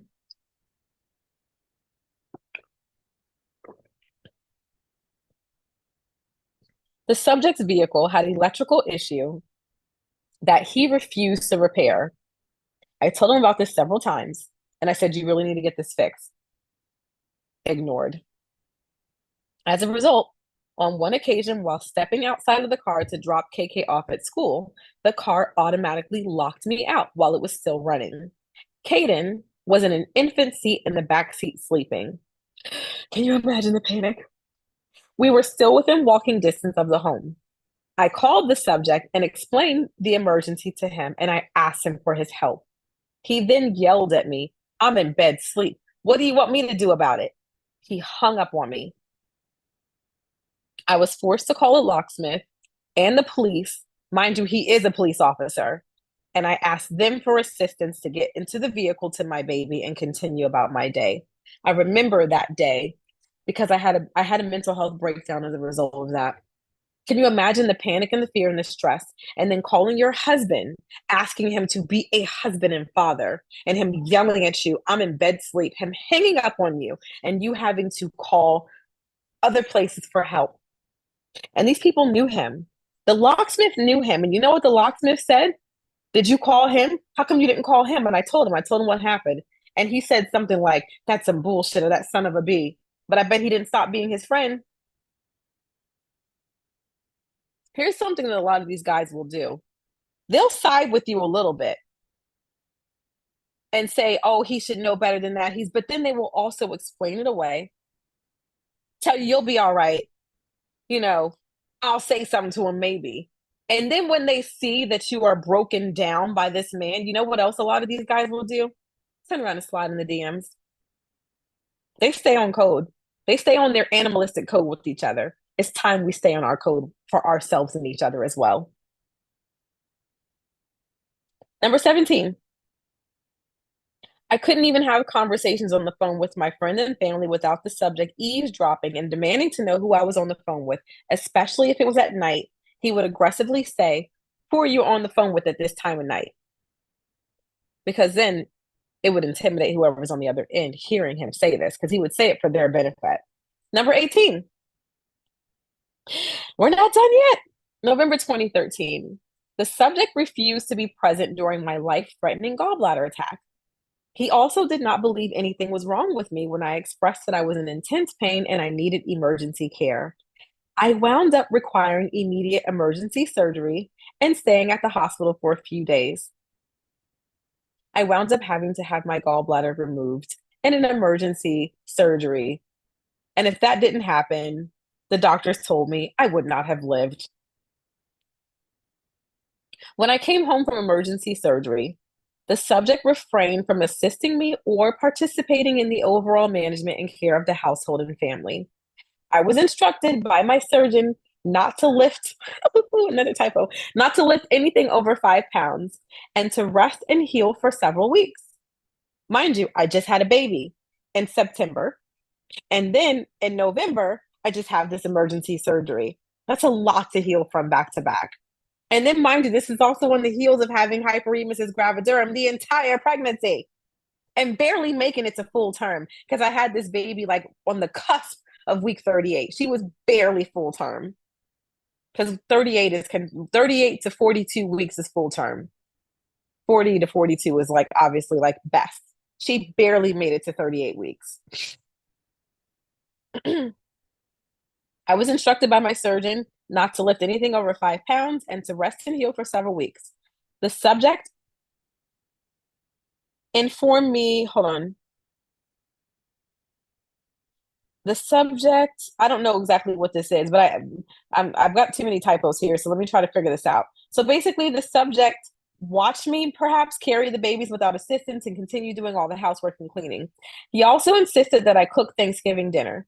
We got into another intense disagreement when I ordered a pre-made Thanksgiving meal. Mind you, I ordered and I paid for. Although he's the man, right? He's the breadwinner. He's the one with a regular job. I pre-ordered a Thanksgiving meal because we wouldn't have had a Thanksgiving meal if I hadn't done that. This displeased him, and when it was time to go and pick up the meal, he refused to drive and he made me drive and he made me lift and carry the meal, which caused further emotional and physical distress. At this point, on Thanksgiving Day 2013, this is when I decided to leave the home indefinitely and retreat to my parents' home until I could find a way to become self-sufficient. So now I'm homeless. I'm living in my parents' house. And I had to send for friends or friends of the church to go and get the rest of my things and my kids' things. I never returned to the marital home or ever shared a domicile with him ever again after this date. This was Thanksgiving 2013. 2015. During my pregnancy with our son, he discarded me because I refused to reunite with him, and I also refused to call off the divorce. He then told both of our families, his friends, and he even posted on social media that the child was not his. The subject also told me never to call or text him ever again. 2016, 2017. The subject would only agree to visit the children or participate in any form of parenting if and only if I let him come to my home that I acquired without him, and if I would let him spend the night in my home. During the few occasions that I allowed him to come over and see the children, I never let him spend the night. But I did give in to letting him come over because I thought it's the best interest of the children. They need to see their father. Thank God for growth. During the few occasions that I allowed him to come over and see the children, he would not spend time with them. Instead, he would make incessant, unwanted, "Hey, nosy, take that ski mask off and go back to your room, sir. Take the ski mask off. You are not going outside in the rain. Okay, we are in agreement. Now take it off. Go back upstairs. I thought I heard you on the stairs. Bye. Go all the way upstairs to your room, sir. I'm looking at the camera right now. Go to your room, sir. Grown folks conversation.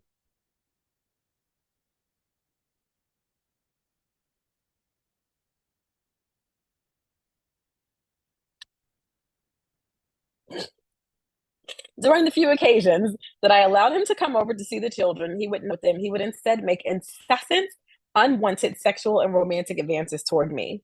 A year or so later, once it was increasingly apparent that I was not going to reconcile with him, and once I began to assert and try to keep more boundaries, he discarded us for good, and we remained no contact.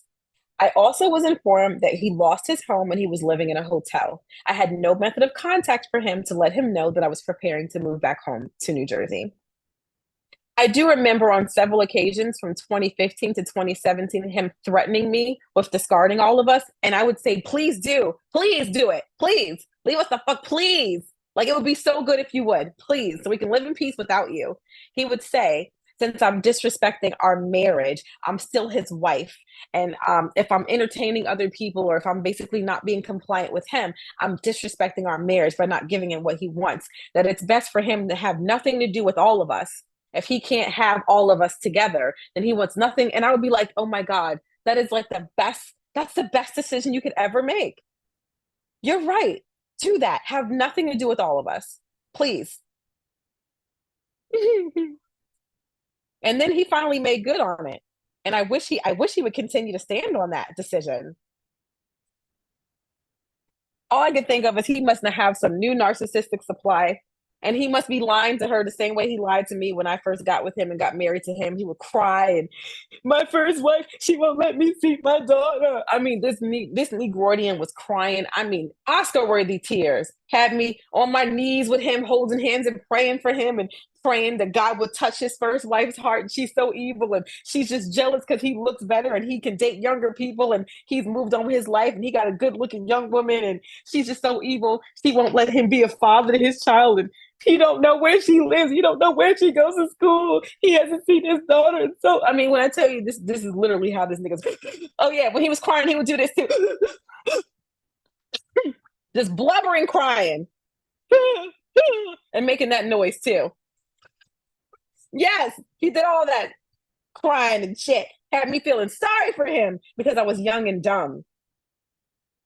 And that's why they get with certain people because they know that I was young and dumb, and I was his biggest warrior. We're gonna find this evil ex-wife. I'm gonna tell this bitch about herself.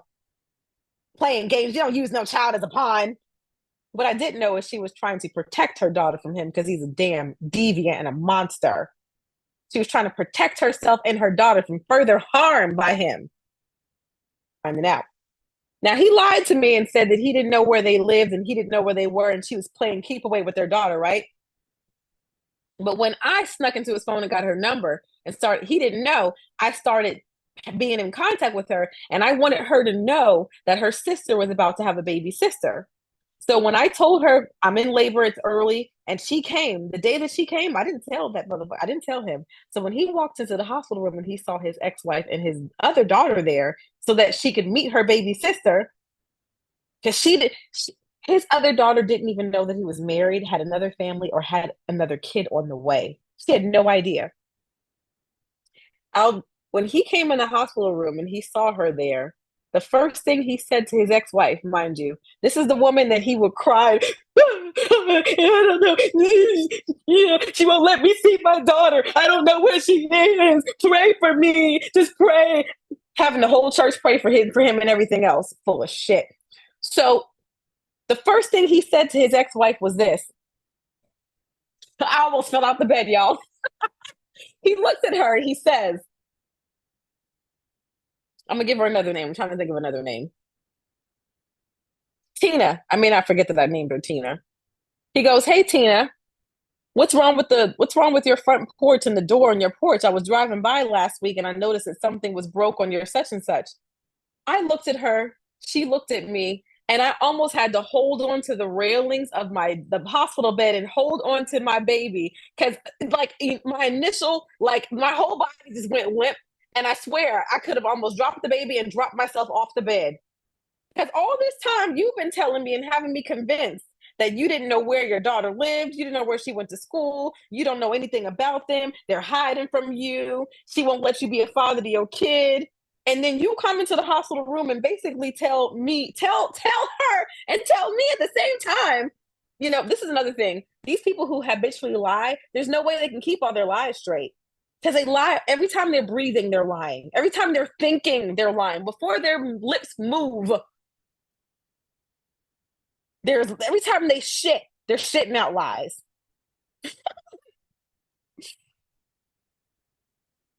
I remember feeling like, and then also feeling like this terror because that's scary to be that type of a liar. And then also thinking, oh, he's a lunatic. And then I'm thinking, like, I remember this feeling of terror coming over me because I'm married to him and now I just had his baby. And I'm thinking to myself, what the entire, my life is over. I am ruined. I'm looking at a monster. Because you basically just admitted in front of everybody in the room that you are a stalker. Why were you driving by her house? And you just admit it without even and his dumbass didn't even realize what the hell he said. Because it was weeks later when I brought it up and I'm like, I thought you said you didn't know where your ex-wife lived. And he was like, I don't. He didn't even realize what he did in that moment.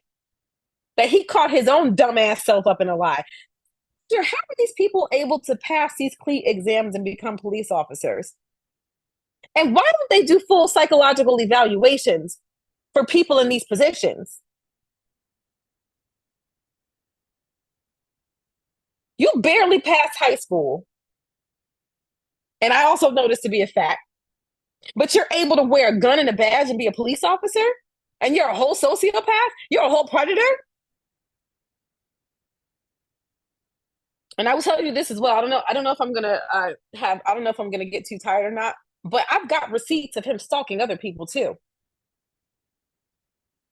Not just the ex-wife and not just me. Because another little girl from the college that he used to go to, where I heard that him and several of those police officers all got fired at the same time from that university because they was fucking on the students. And that is predatory abuse as well. Just because they're 18 did not mean you were not being a predator. One of those girls reached out to me and told me about him. And I still have the messages to this day. And she told me that when she tried to break it off with him, he started stalking her. But somehow he's able to go to the court and tell the court that he's the victim and that I'm playing keep away with his kids and that somehow I was able to divorce him in secret. And he didn't have a chance to answer for himself. And now, after almost a damn decade later, because you had a whole decade to answer, you want full custody and you want to take my children from me. All he wants to do is try to rip my heart out of my chest because that's the last thing that he has to try to keep hurting me. That's all he wants.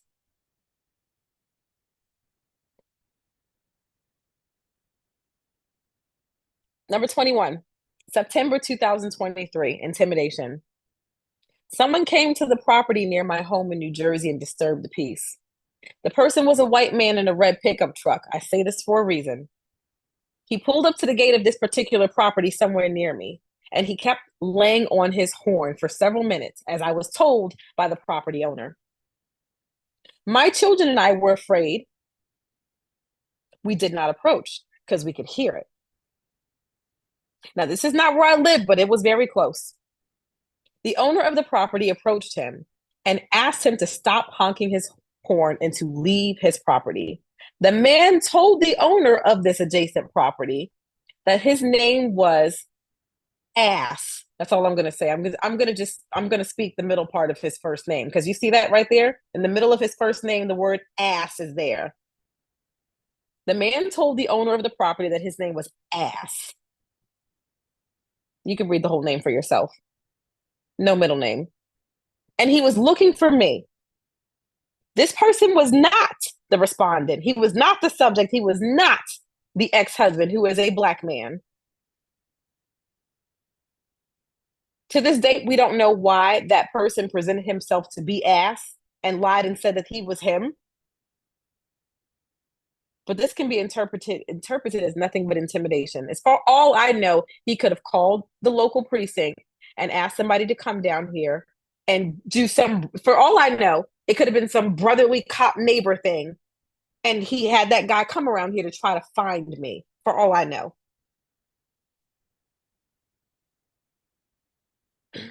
All right. Next subject: financial abuse. Let me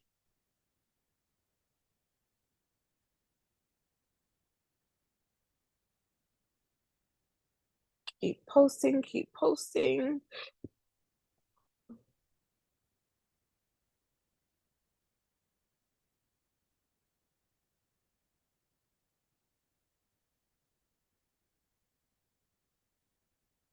Give me a second. I'm just going to share this a few more places because that's what I do when I'm talking. Plus, I need to take a breath.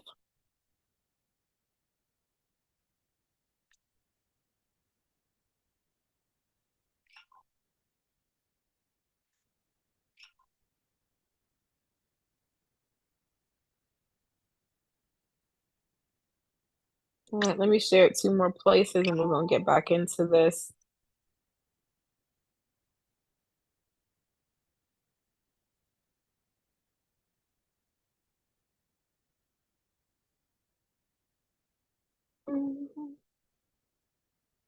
All right, I already shared it in the narcissist group. All right. And let me take a look here. All right, and get back to it. All right, so now we're in another topic, financial abuse. Number one, 2012 to 2013. The subject would withhold money from me. He would cash his paycheck and keep all of the cash, leaving me with limited access to the main source of funds needed to sustain our home, bills, diapers, etc.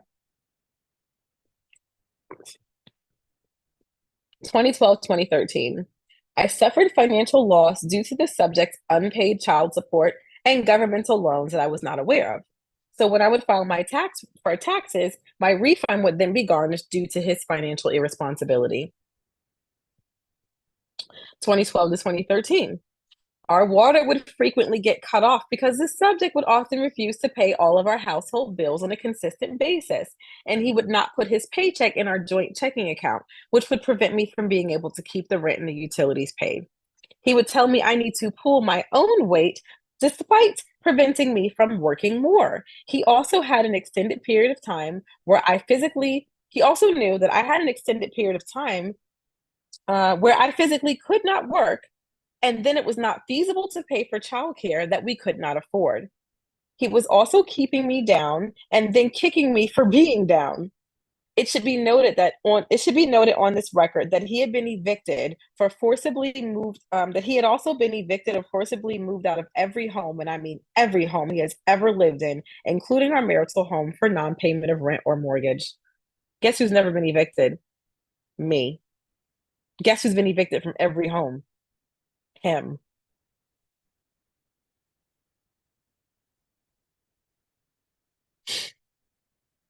Oh, something else to note. The reason why I left that home is because he refused to leave. I remember applying for Section 8 when I lived in Oklahoma, which I guess it's called the Housing Choice Voucher, formerly known as Section 8, whatever. Um, I applied for that program and it took about 2 years to get it. When I was finally approved, it was perfect timing because I needed to leave him. Um, First of all, he and I believe my dad sabotaged my first application because when I first applied for it, my father tried to discourage me from applying for any social services because we're Lawsons. We don't take welfare. Okay, we don't take welfare, but we're all poor. And I am a mother of several children and I'm not self sufficient. And even working a full time job, I still can't afford to have my own home and take care of these children. I think that's why those social services and that welfare was started. So, why would you not want me to have access to everything I need to be able to take care of myself and my children the way that we need to be taken care of? You're not doing it. These men ain't doing it. They failed me, which is why I need it. But I was a disempowered girl. The very first time I applied, I'm waiting, I'm waiting, I'm waiting, and I'm still fooling with this guy. I hadn't married him yet. And I reach out to them to find out what's going on. And they said, well, you didn't respond to our letters. So therefore, we took you have to reapply again. So they showed proof that they had mailed me several things. None of that stuff showed up for me in the mail. I called the postmaster. The postmaster did verify that that stuff was delivered. Now, this is something I never disclosed publicly before. And so whoever hears it, if both of them hear it, it is what it is. I have my suspicions. I'm never going to know the facts, but the facts are they did reach out to me. I was approved. They did mail me a couple of things, including a voucher, and I got removed from the list because I never got that mail. And the both of them did not want to be on it. He did not want me to be on it because I didn't know at the time. He kept saying stuff like, "Why don't you let me take care of you?" Game. He didn't want me to be self-empowered. So one or both of them sabotaged me, and I will stand on that because neither one of them wanted me to be fully empowered. And they both had something to gain by me not being fully empowered. But that's another story for another time when it comes to the family bullshit, which is why I don't fuck with almost all of them anymore. I'm done. Um, I contacted the postmaster. The postmaster did inform me that yes, these letters were delivered, and I begged them to help me. They helped me by writing a letter that said that these things were never delivered. So I was able to get back on the waiting list. I was able to explain my situation to them. I was able to get back on the waiting list, and I was able to be able to advance because I was a victim in this. I didn't do anything wrong. I handle my business. I stay on top of my business. I was finally able to go ahead and get that rental assistance and use that to be able to find a decent home.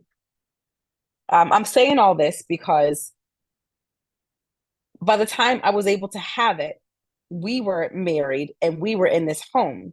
The home that we were living in, I'm wondering if I can pull this up. Uh, there was a community called Silent Harvest Homes, and the community in Guthrie, Oklahoma, at that time it was brand new, it was newly built, and he loved to brag to people that we had this brand new house, but he didn't tell the whole truth about this brand new house. Let me pull it up. He never told the whole truth about this brand new house and why and how we had it. He only had it because of me. He had it because of me, because you could only be in this community if you had children and you had low income. That's the only way you could be in it. And that's why he tried to rush me to get back, to take him back and to come move back to raggedy ass Oklahoma and move to whack ass, raggedy country ass Guthrie, Oklahoma, and be in this neighborhood. And he really tried to make it seem like he was providing, this brand new home for me. He couldn't get it without me. You had to have children. It was for low income families. So he had to have me and my kids in order to be able to live in this community of newly built homes. And it was nice. It was great. I didn't put two and two together then. Looking back at it, it's very mediocre. But at that time, this was like great for me. It's like McMansions. So here's one of them. They were all built the same. So I'm trying to remember the address. 121, I think Winter Wheat Drive. We were the first ones to stay in this home. I don't know who lives there now. So I'm not trying to, I don't even know who lives there, so I'm not trying to put y'all out there, whatever. But let me see if I can actually pull up. Let's see if there's an image or anything.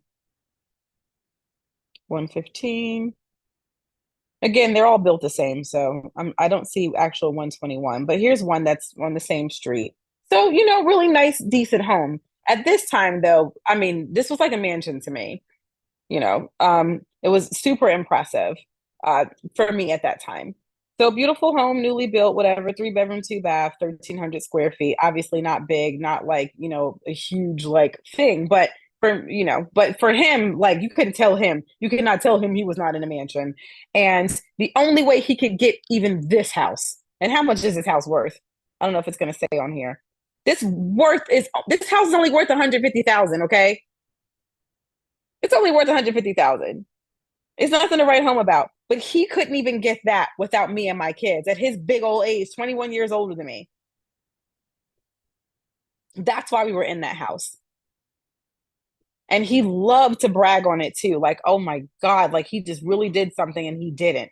And the only reason why the bills got paid is because I'm a person that believes in paying all your bills. And if all you have left is hot dog money, that's all the hell you have left. And he hated me for that because I would try to. And that's why he started keeping his paycheck, and he would not allow his paycheck to touch our joint bank account because he hates responsibility. This fool is responsibility averse. He would rather take his paycheck, keep it in cash, and he did, and go blow it on the bar with him and his cop friends and anybody that he's trying to impress, than to actually use his paycheck to actually ensure the overall safety and stability of his own family.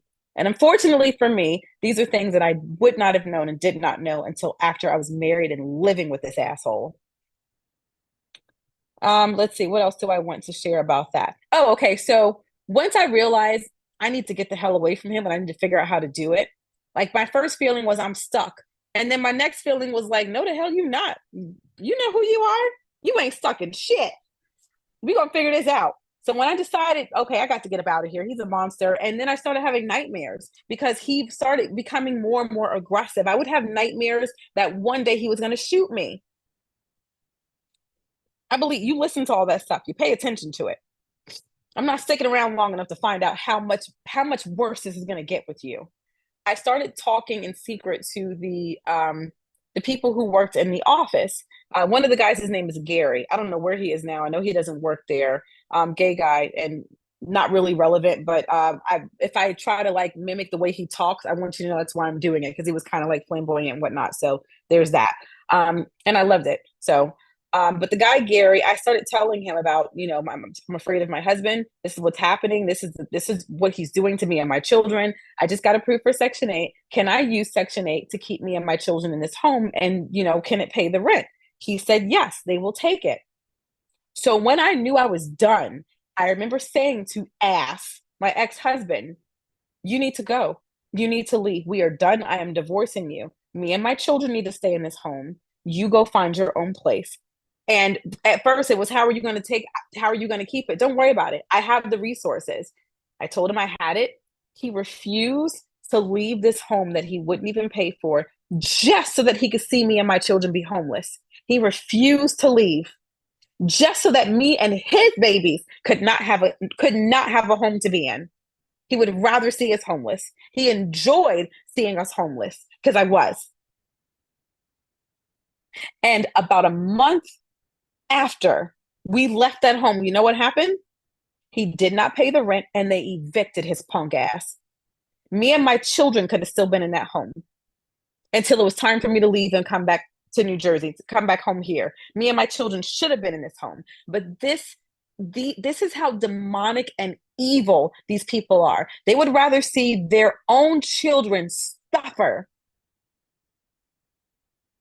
Their own children suffer and be homeless and have home instability as long as their needs are being met and their ego is being fed. That is what is always the most important.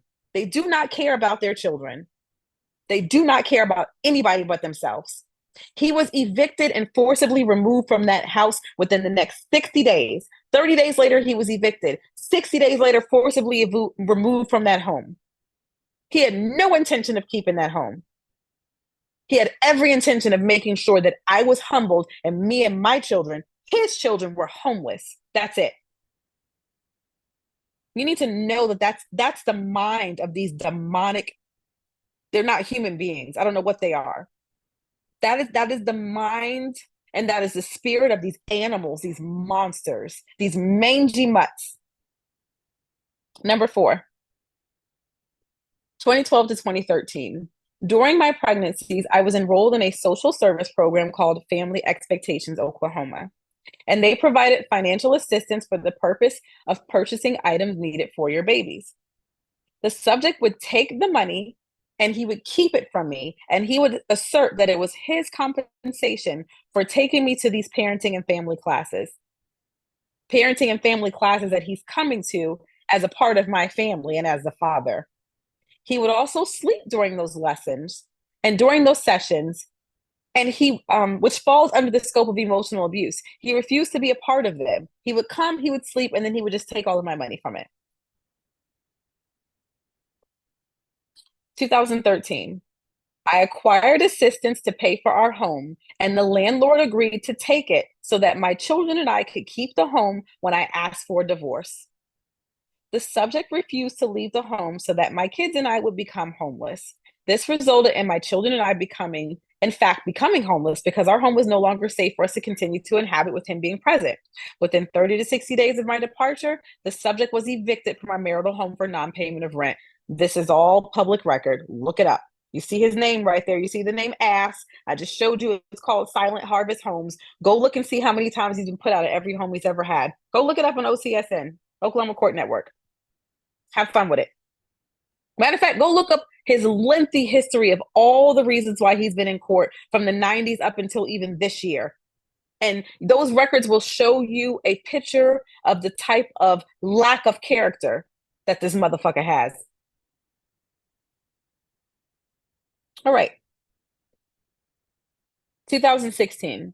Against my better judgment, and in an effort to try to facilitate a positive, healthy connection between the subject and our son, because I didn't trust him around the girls anymore. Now, knowing more of what I know now, a sexual deviant is a sexual deviant, whether it's girls or boys. But at that time, I only had the presence of mind of thinking, I need to protect my girls from him. He is a deviant. But also in my mind, I thought because he's heterosexual, our son is not a threat to him. I know better now. A sexual deviant is a sexual deviant. So anyway, in an effort to try and facilitate a positive, healthy connection between the subject and our son, because I thought he needs a man, he needs his father. Yeah, you need an actual man, is what you need. You need a healthy man, not this sadist. I invited him to our son's birthday party. The subject's dysfunctional, aggressive, and abusive behavior and language in the presence of our infant son, other children, and my friends and family absolutely ruined our son's first birthday party. Some examples included one, upon arriving at the party and seeing my then boyfriend and his first wife there, who is the mother of our eldest son, of our eldest son's sister, and their daughter being there, he began cursing at them in the presence of everyone. So first of all, I told him, let's say the party was from 1 to 2:30. It's a 1-year-old, short party. Let's say I said the party was from 1 to 2:30. He did not show up until like 2:15. He literally came, although he knew the start and end time, he came at the end of the party. He walks in looking all proud and pompous, like I am here, as if he's the fucking man of the hour. He did not go to his son first. He walked around the table first. He stopped at where my ex-boyfriend, my boyfriend at the time, was sitting, and he says to all of us, to everybody and no one at the same time, who who invited, what did he say? Either who invited or why is, but who invited this asshole? Or why is this asshole here? Emphasis on the words this asshole. This is what you say at our 1-year-old's birthday party in the presence of other infants, other children, my family, my friends, and mind you, his family, because his first wife and daughter are there. Then he goes over to his oldest daughter, his daughter from the first wife, and he confronts her in front of all of us. Why haven't I seen you? Why haven't I heard from you? As she's a child still, as if it's somehow her responsibility to keep up with his raggedy ass. This is what he does when he comes into my son's birthday party. And all hell breaks loose from there. I didn't want to invite him, but my boyfriend at the time and a couple of my girlfriends insisted that I do the right thing and invite him. That was the last time I ever allowed him to be a part of anything that had to do with me being there. He could, first of all, he could have had his own birthday party for his son, like lots of other, separated adults do and divorced people do. We were divorced. He ruined the party. He caused the scene. He caused the ruckus. And then when he finally made his way to his son and picked him up, this is something else he would do whenever he had an opportunity to be around his son and daughter. He would pick them up and he would start saying all kinds of disparaging things to the babies. They're babies about me and about everybody else to the babies. So he picks up his son. His son is happy. Well, his son was happy until he came in, and people are arguing now and walking up and leaving. So now our son, of course, is a little fussy. So he goes, "What's wrong? What's wrong, man? Man, first of all, don't give my baby no ghetto ass nickname. Get the fuck out of here. What's wrong, man? Man, they're not treating you right, are you? They're such and such, are you? Your mother's such and such. Your mother's keeping me from." This is what he would do. So now you're picking up our children and you are subjecting them to your toxic rhetoric of saying disparaging things to them about me and about everybody else that's around, and projecting your ain't shitness onto our children. I swear to God, I wish that I could erase his disgusting DNA from their genes. I really wish I could. God, I wish I could. I wish I could unfuck him. You ever had people in your life you wish you could unfuck? A lot of these dumbass dudes walk around and they say, "At least I hit it though. At least I hit it though. I got to hit it." Which is so, oh God. Like that's like a dusty anthem, first of all. If that's all you got to say. That's a dusty anthem. That's your claim to fame, is you hit it or you hit it first. You know what? Our claim to shame is, I wish I could unfuck this person. I take a lot of comfort and solace and pleasure in knowing that every 7 years, all of our cells and genes regenerate. So the body that I have now, he's never been able to see or touch or fuck. He's never fucked this body. If you have an ex that you wish you could unfuck, take pleasure in knowing that every 7 years, all of your cells are new, which means he ain't fucked you. All of them cells and everything else are gone. They're gone. That's one thing that makes me happy. But I wish my old me and the old body that he had, I wish I could take that back to though. I wish I could. Let me tell you something. The first day that I met the first day that I met this pissant, I was on campus and I was leaving a studio session. I was still a student there. I was not living there at the time. But this is something though. This particular campus, Langston University, he, along with several other officers who were all of a sudden, released around the same time. And one of those officers' wives called me and she told me why they were let go, according to her. Allegedly, they were all fired because they were screwing them little girls on campus. He found me and he hunted me on that damn campus. Let me tell you about the day we met. I think this was 2011. Yeah, it was 2011. I was leaving campus and he, flashed the lights and did the little siren, which was completely unnecessary. So I pull over. I'm nervous because I know I'm not speeding. I know I did nothing wrong. He's walking up to the car and he says, "Excuse me, ma'am, could you step out the vehicle?" Now I am legit scared. I step outside the vehicle and he sounded, very professional and very serious. So I'm thinking, oh my God, like what's going on? I step outside the vehicle. He takes his time looking me up and down and he says, "God damn, you are so fine." Something, so I just want to know, can I get a hug? Being the woman that I am today, not the little girl that I was then, I should have went right down to that Langston University Police Department and I should have wrote his ass up. I should have told on his nasty, ugly ass. But I was a little girl. I was impressionable. And I was also someone that had been used to being violated. When you are used to being violated, you don't even notice the red flags because it's normal to you. I remember feeling so disgusting and so nervous and so weirded out by that shit. I was disgusted, but I kind of, laughed it off like a lot of girls in my position at that time would have done and do. But that does not mean that it was enjoyed and it was welcomed. It was not. But he was in the position of power. And this is why they go for little girls, because they don't know any better yet.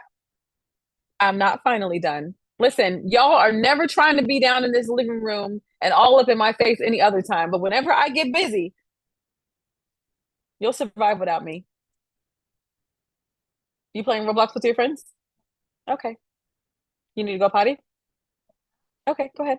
Wash your hands and go on back upstairs to the West Wing. So I really wish that I could go back to that day and just not even been on campus recording that day. Or I wish I could go back to that day and had immediately went to the police station and reported his ass for being the predatory animal that he is. But I was a little girl. I was disempowered. I did the best that I could with the tools that I had. So I just kind of, he gave me his business card. He asked for my number. Obviously, I gave it to him, or I gave him something, because then we became Facebook friends. And I just remember for well over a year, he was always watching my Facebook and then commenting on things. But he was studying me. He studied me for well over a year before he went in for the kill. And then I also found out it's because he already had other narcissistic supplies.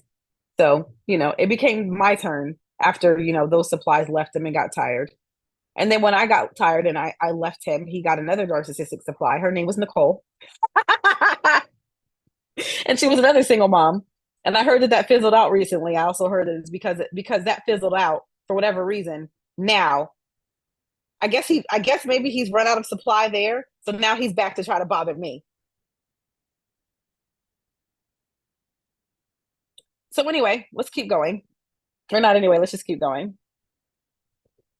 Whew, number 7, 2016. The subject tried yet again to coerce me to take him back and move into his father's home, which he was currently occupying. At your big old behind age, you living in your daddy's house.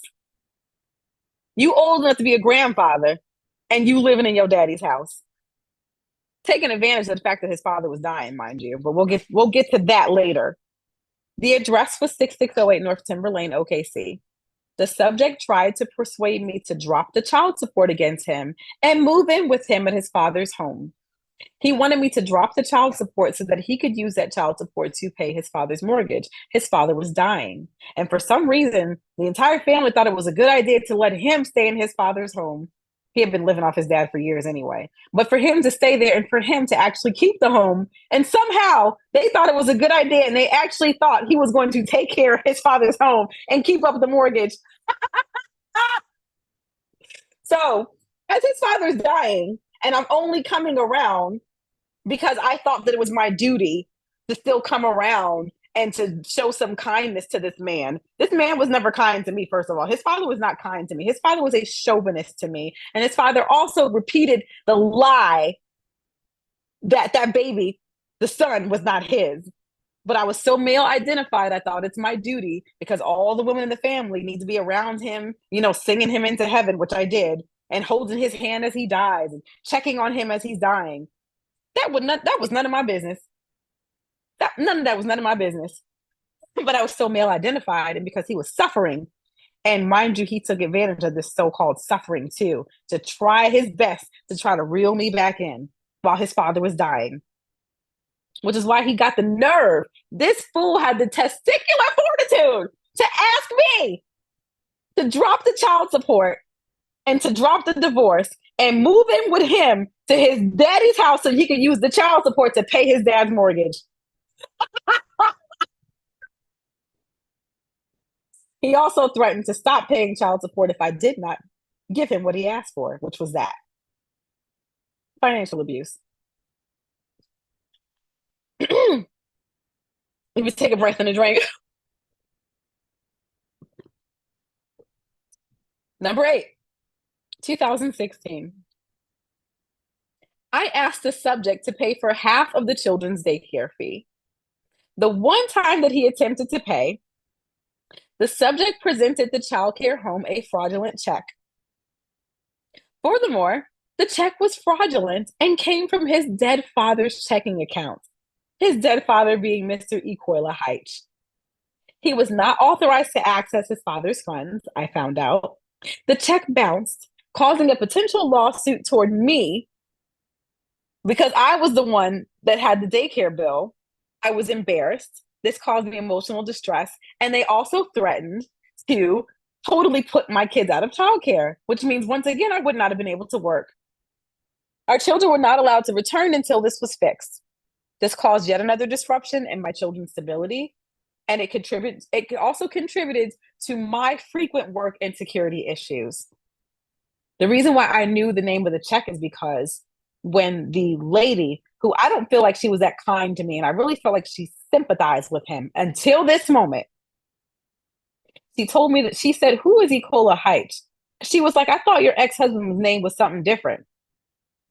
I said, "Oh my God, girl, you got to be kidding me. That's his dead daddy." She should have pressed charges on that, but apparently she didn't. She was not that nice to me, and she was very so male identified. Whatever conversations he was having with him, she was very sympathetic to him. And I should have moved my kids from her because it was just something that was nice, nasty about her the whole time. Until I told her, "Yo, he wrote a check on his dead daddy's bank account to try to pay this daycare. And now he got you threatened to put me and my kids out for his foolishness." But again, these males, that these degenerate males, they get chances after chances. They get to have the benefit of all kinds of excuses and chances. And maybe he was down on his, who the fuck cares if he was down on his finances? He got a job. What if I was down on my finances and I wrote a hot check to pay my child's daycare? I would have been sued and in jail. We don't get the benefit of the doubt. Stop giving it to these degenerate males. Stop giving them excuses. 2014 to 2018. Number 9, the subject would often take out a medical insurance plan on our children in order to lower child support. Now, I will say this. His first wife told me that this is the game he pulled on her over and over and over again. So once I saw it coming, I knew what was going to happen. And a lot of these old mother suckers, they keep to the same game, especially the dumb ones. They never change up their tactics. So here it is years later, and you doing the same thing to me. So this is what he would do. Once the child support was lowered, he would then go in and cancel the medical insurance plan. And then my children would be left with no insurance and no child support. So no insurance and even less money for their medical and overall care. I would only find out this happened after taking the kids to the doctor, because I would get to the doctor and then they would inform me that my children no longer have medical insurance coverage. So at this time, it would effectively leave me stuck paying a medical bill that I could not afford, and also not being able to afford it even more because no child support. Some of these bills are still on my credit report to this day. If these deadbeats use an iota of the creativity that they can exert and come up with and implement and avoiding responsibility, if they use just 15% of that into actually being responsible human beings, what a world, what a wonderful world it would be. A lot of these will quit their jobs and work under the table, or they will find any game that they can. So in Oklahoma, the general child support setup, at least years ago when I had it there with this, is that if the father could show proof that they covered the children on medical insurance, then they would lower their child support. But here's the thing with that. Covering them and paying for a medical insurance plan that has a high deductible and high copays and everything else, that the mother is going to be stuck paying, is not comparable to that little old child support that poor behind state makes them pay. Okay, I'm talking about, it's real low numbers in child support in that state. So it's still not equitable either way. They should not be able to have their child support lowered either way, unless they are ordered to pay all the fees. And here's the other thing. They can be ordered to pay the fees, but they're not going to obey it. And there is no accountability for them obeying it. So it still hurts the child, because if the fees are not getting paid, the children are not getting health care. So they exploit these things that need to be changed in Congress for the overall well-being of these children who are already being failed by the parents, by the non-custodial parent, which is why the non-custodial parent has to pay child support in the first place. So they exploit these weaknesses that are still out there. So this is what he would do. He did it with the first wife, and he also did it with me as much as he could. Take out a little fake, health insurance plan, get the child support lowered, and then cancel the health insurance. So now I'm taking my kids to their next appointment, and they're saying, "Ma'am, they don't have any insurance. It's canceled. So now I got to pay all this, and I can't afford to pay it. So now it's going on my bill. It's going on my credit." Something else that they do, which is medical abuse as well, is And this is just something that narcissists will do. Any chance that they have to sabotage anything just to be able to have some dominance and control, they will do it. My son needed a surgery. He actually needed two. They made the mistake of calling the father. And when the father saw he had a surgery scheduled, he canceled the surgery. So now I'm taking my son in for pre-op, and they're saying, ma'am, this was canceled. I said, I didn't cancel it. They said it was canceled by the parent. What parent? Then they pulled up the records and showed that they called him, and he said, no, cancel it. But he wants custody of kids that he will intentionally hurt just to hurt me. I had to go back and show them that he has no right and authority. And this is why when you do custody orders and you do divorce decrees, you better pay attention to every line. I had to make sure that in this divorce decree, he could not make any decisions, including medical, because I knew that if he had access to make any decisions, if he had access for anything, their school care, their health care, their travel, he would sabotage it just to fuck with me. So I had to go back to the hospital and say to them, did you read this decree that I sent you? And that's another thing. Don't trust anybody. Check up on everything, because they had the forms that showed in our divorce decree that he was not authorized to make any decision. And he also should have been removed as the other parent on there. And they didn't pay attention and they called him. Thank goodness I was able to go ahead and reschedule it. But I should have never went through that. What if it was a surgery that he needed to save his life?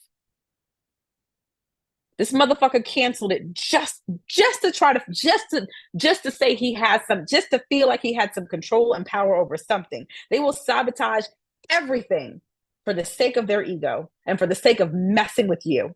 They will even ruin their own children just to hurt you. So there's that. Number 10, 2015 to 2018. The very few times he babysat our son, he would keep all of his infant belongings and not return them to me, contributing to my financial distress as I had home and financial instability due to him making me a displaced homemaker. I often could not afford to purchase more, and he would refuse to return these vital items back to me. And I got years and years, I'm not saying years and years, but I've got at least 2 years of text messages with receipts of this, of me saying, give me back my stroller, give me back the car seat, give me back my food stamp card.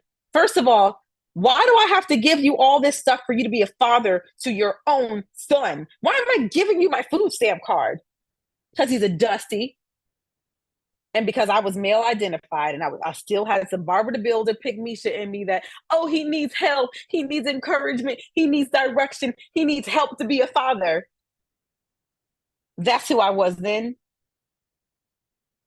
That ain't who you messing with today, okay? Because who the hell was helping me be a mother? Who the hell helps us be a mother and be a grown woman? We got to figure it out our damn self. We got to learn and stand on our own grown too. So stop coddling these niggas. Oops. This would restrict my ability to travel with my children and accomplish daily living tasks. All right, abuse of the law. Summer of 2020. My children were visiting their grandparents in Ardmore, Oklahoma. During this time, my parents called to alert me that the police showed up at their home and attempted to take my children from them. They said they were called by the subject, who identified himself as a fellow police officer. He told them that I had kidnapped our children, and he asked them to retrieve our children on his behalf. My parents had to ask me to furnish a copy of our divorce and custody order so that they could show the police. We then furnished a copy and informed them that I had full custody. He had no rights to retrieve them, nor did he have any visitation rights. This caused emotional distress for our children who were there to witness this, for myself, who's now afraid about my children being kidnapped, actually kidnapped, and my family, as it was traumatic having the police show up at their house with no just cause. This was also an abuse of the law and another attempt for him to use the courts and the law as a further extension of his abuse, since he no longer had access to directly abuse me or our children. This has been filed at the Guthrie, Oklahoma Police Department, Moore, Oklahoma Police Department, Where else did I file it? Oklahoma City PD because they called me and told me I needed to file it there, and also in Jersey. This concludes. Oh wait. I was gonna say this concludes, but there's one other thing. There is one other thing. Yes. Let me pull it up. Shall we? Shall we? Where's it at? Where's it at?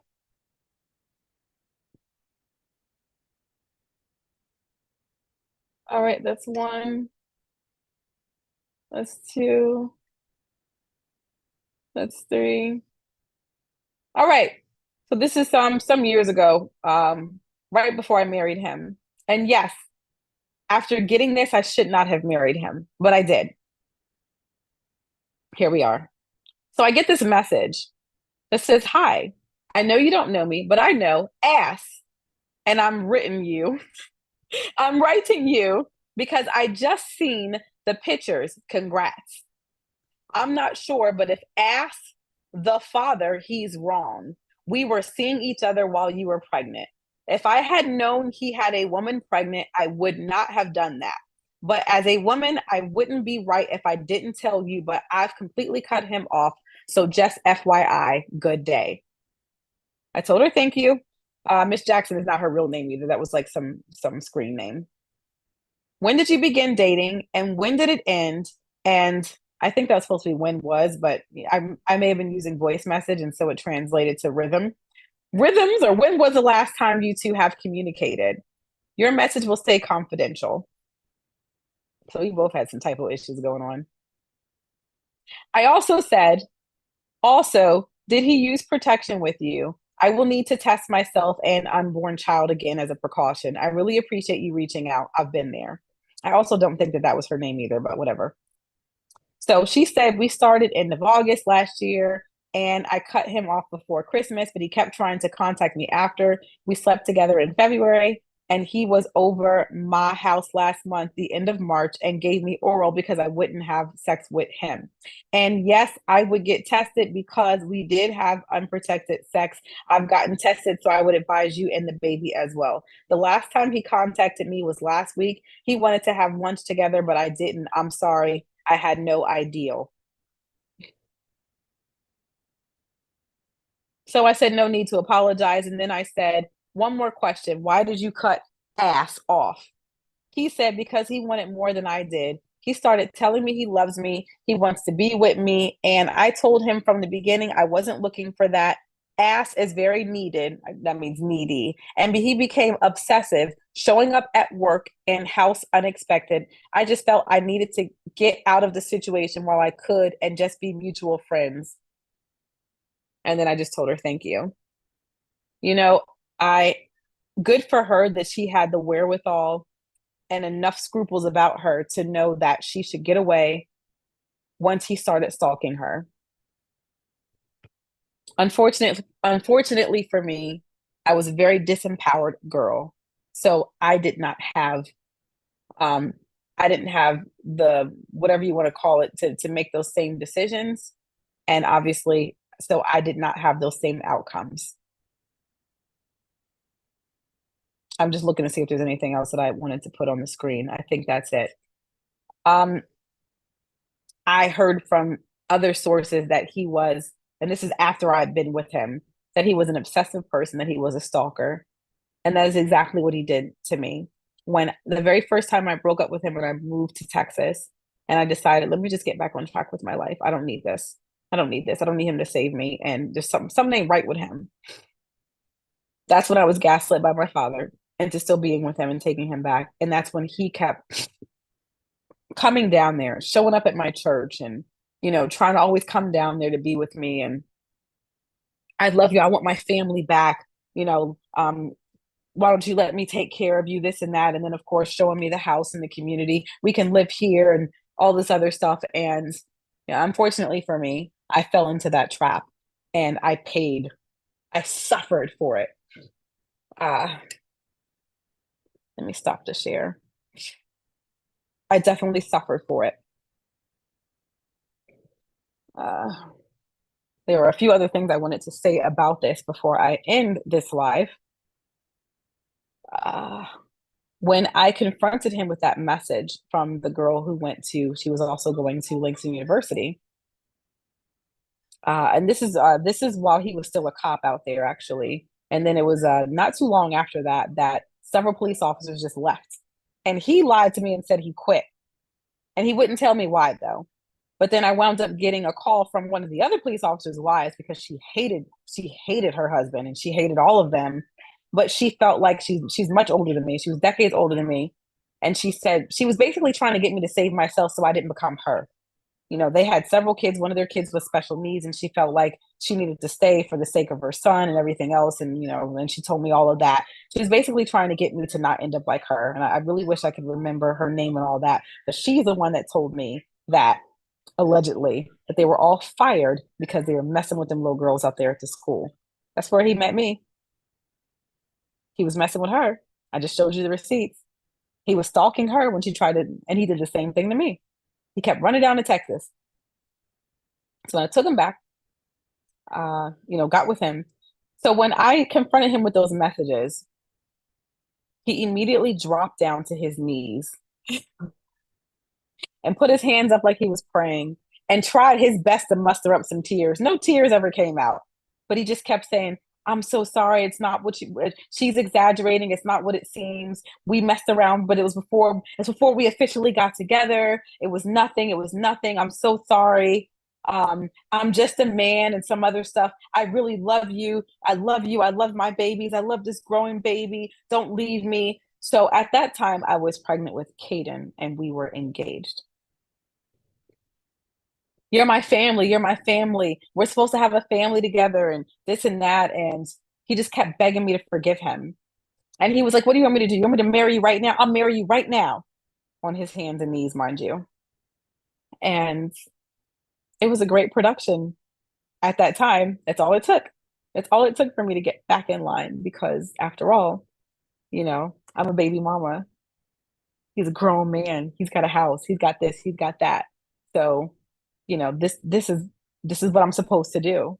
I'm not supposed to be out there on my own. I'm supposed to be in this. I'm supposed to, and just, whatever you have to put up with on the side, you just put up with it. I watched my mom put up with a lot of stuff. I watched both of my grandmothers put up with things. I watched so many other church ladies stand up in front of the church and say, it hasn't been a picnic. The Lord has Satan tested us. And Satan sent all these trials and tribulations our way, and this and this and this, and he was this and he was this, and he did me that like this, and he did this, and mind you, it's always, I haven't been perfect, but he did this and he did this, and testimony time, you guys. That is like the biggest time for women to stand up and just make a whole mockery and buffoonery of herself and then say, but the grace of God, but God brought us through. And we're still standing here today. I'm still standing here eating 10 miles of his shit. This is how I was raised. This was normal to me.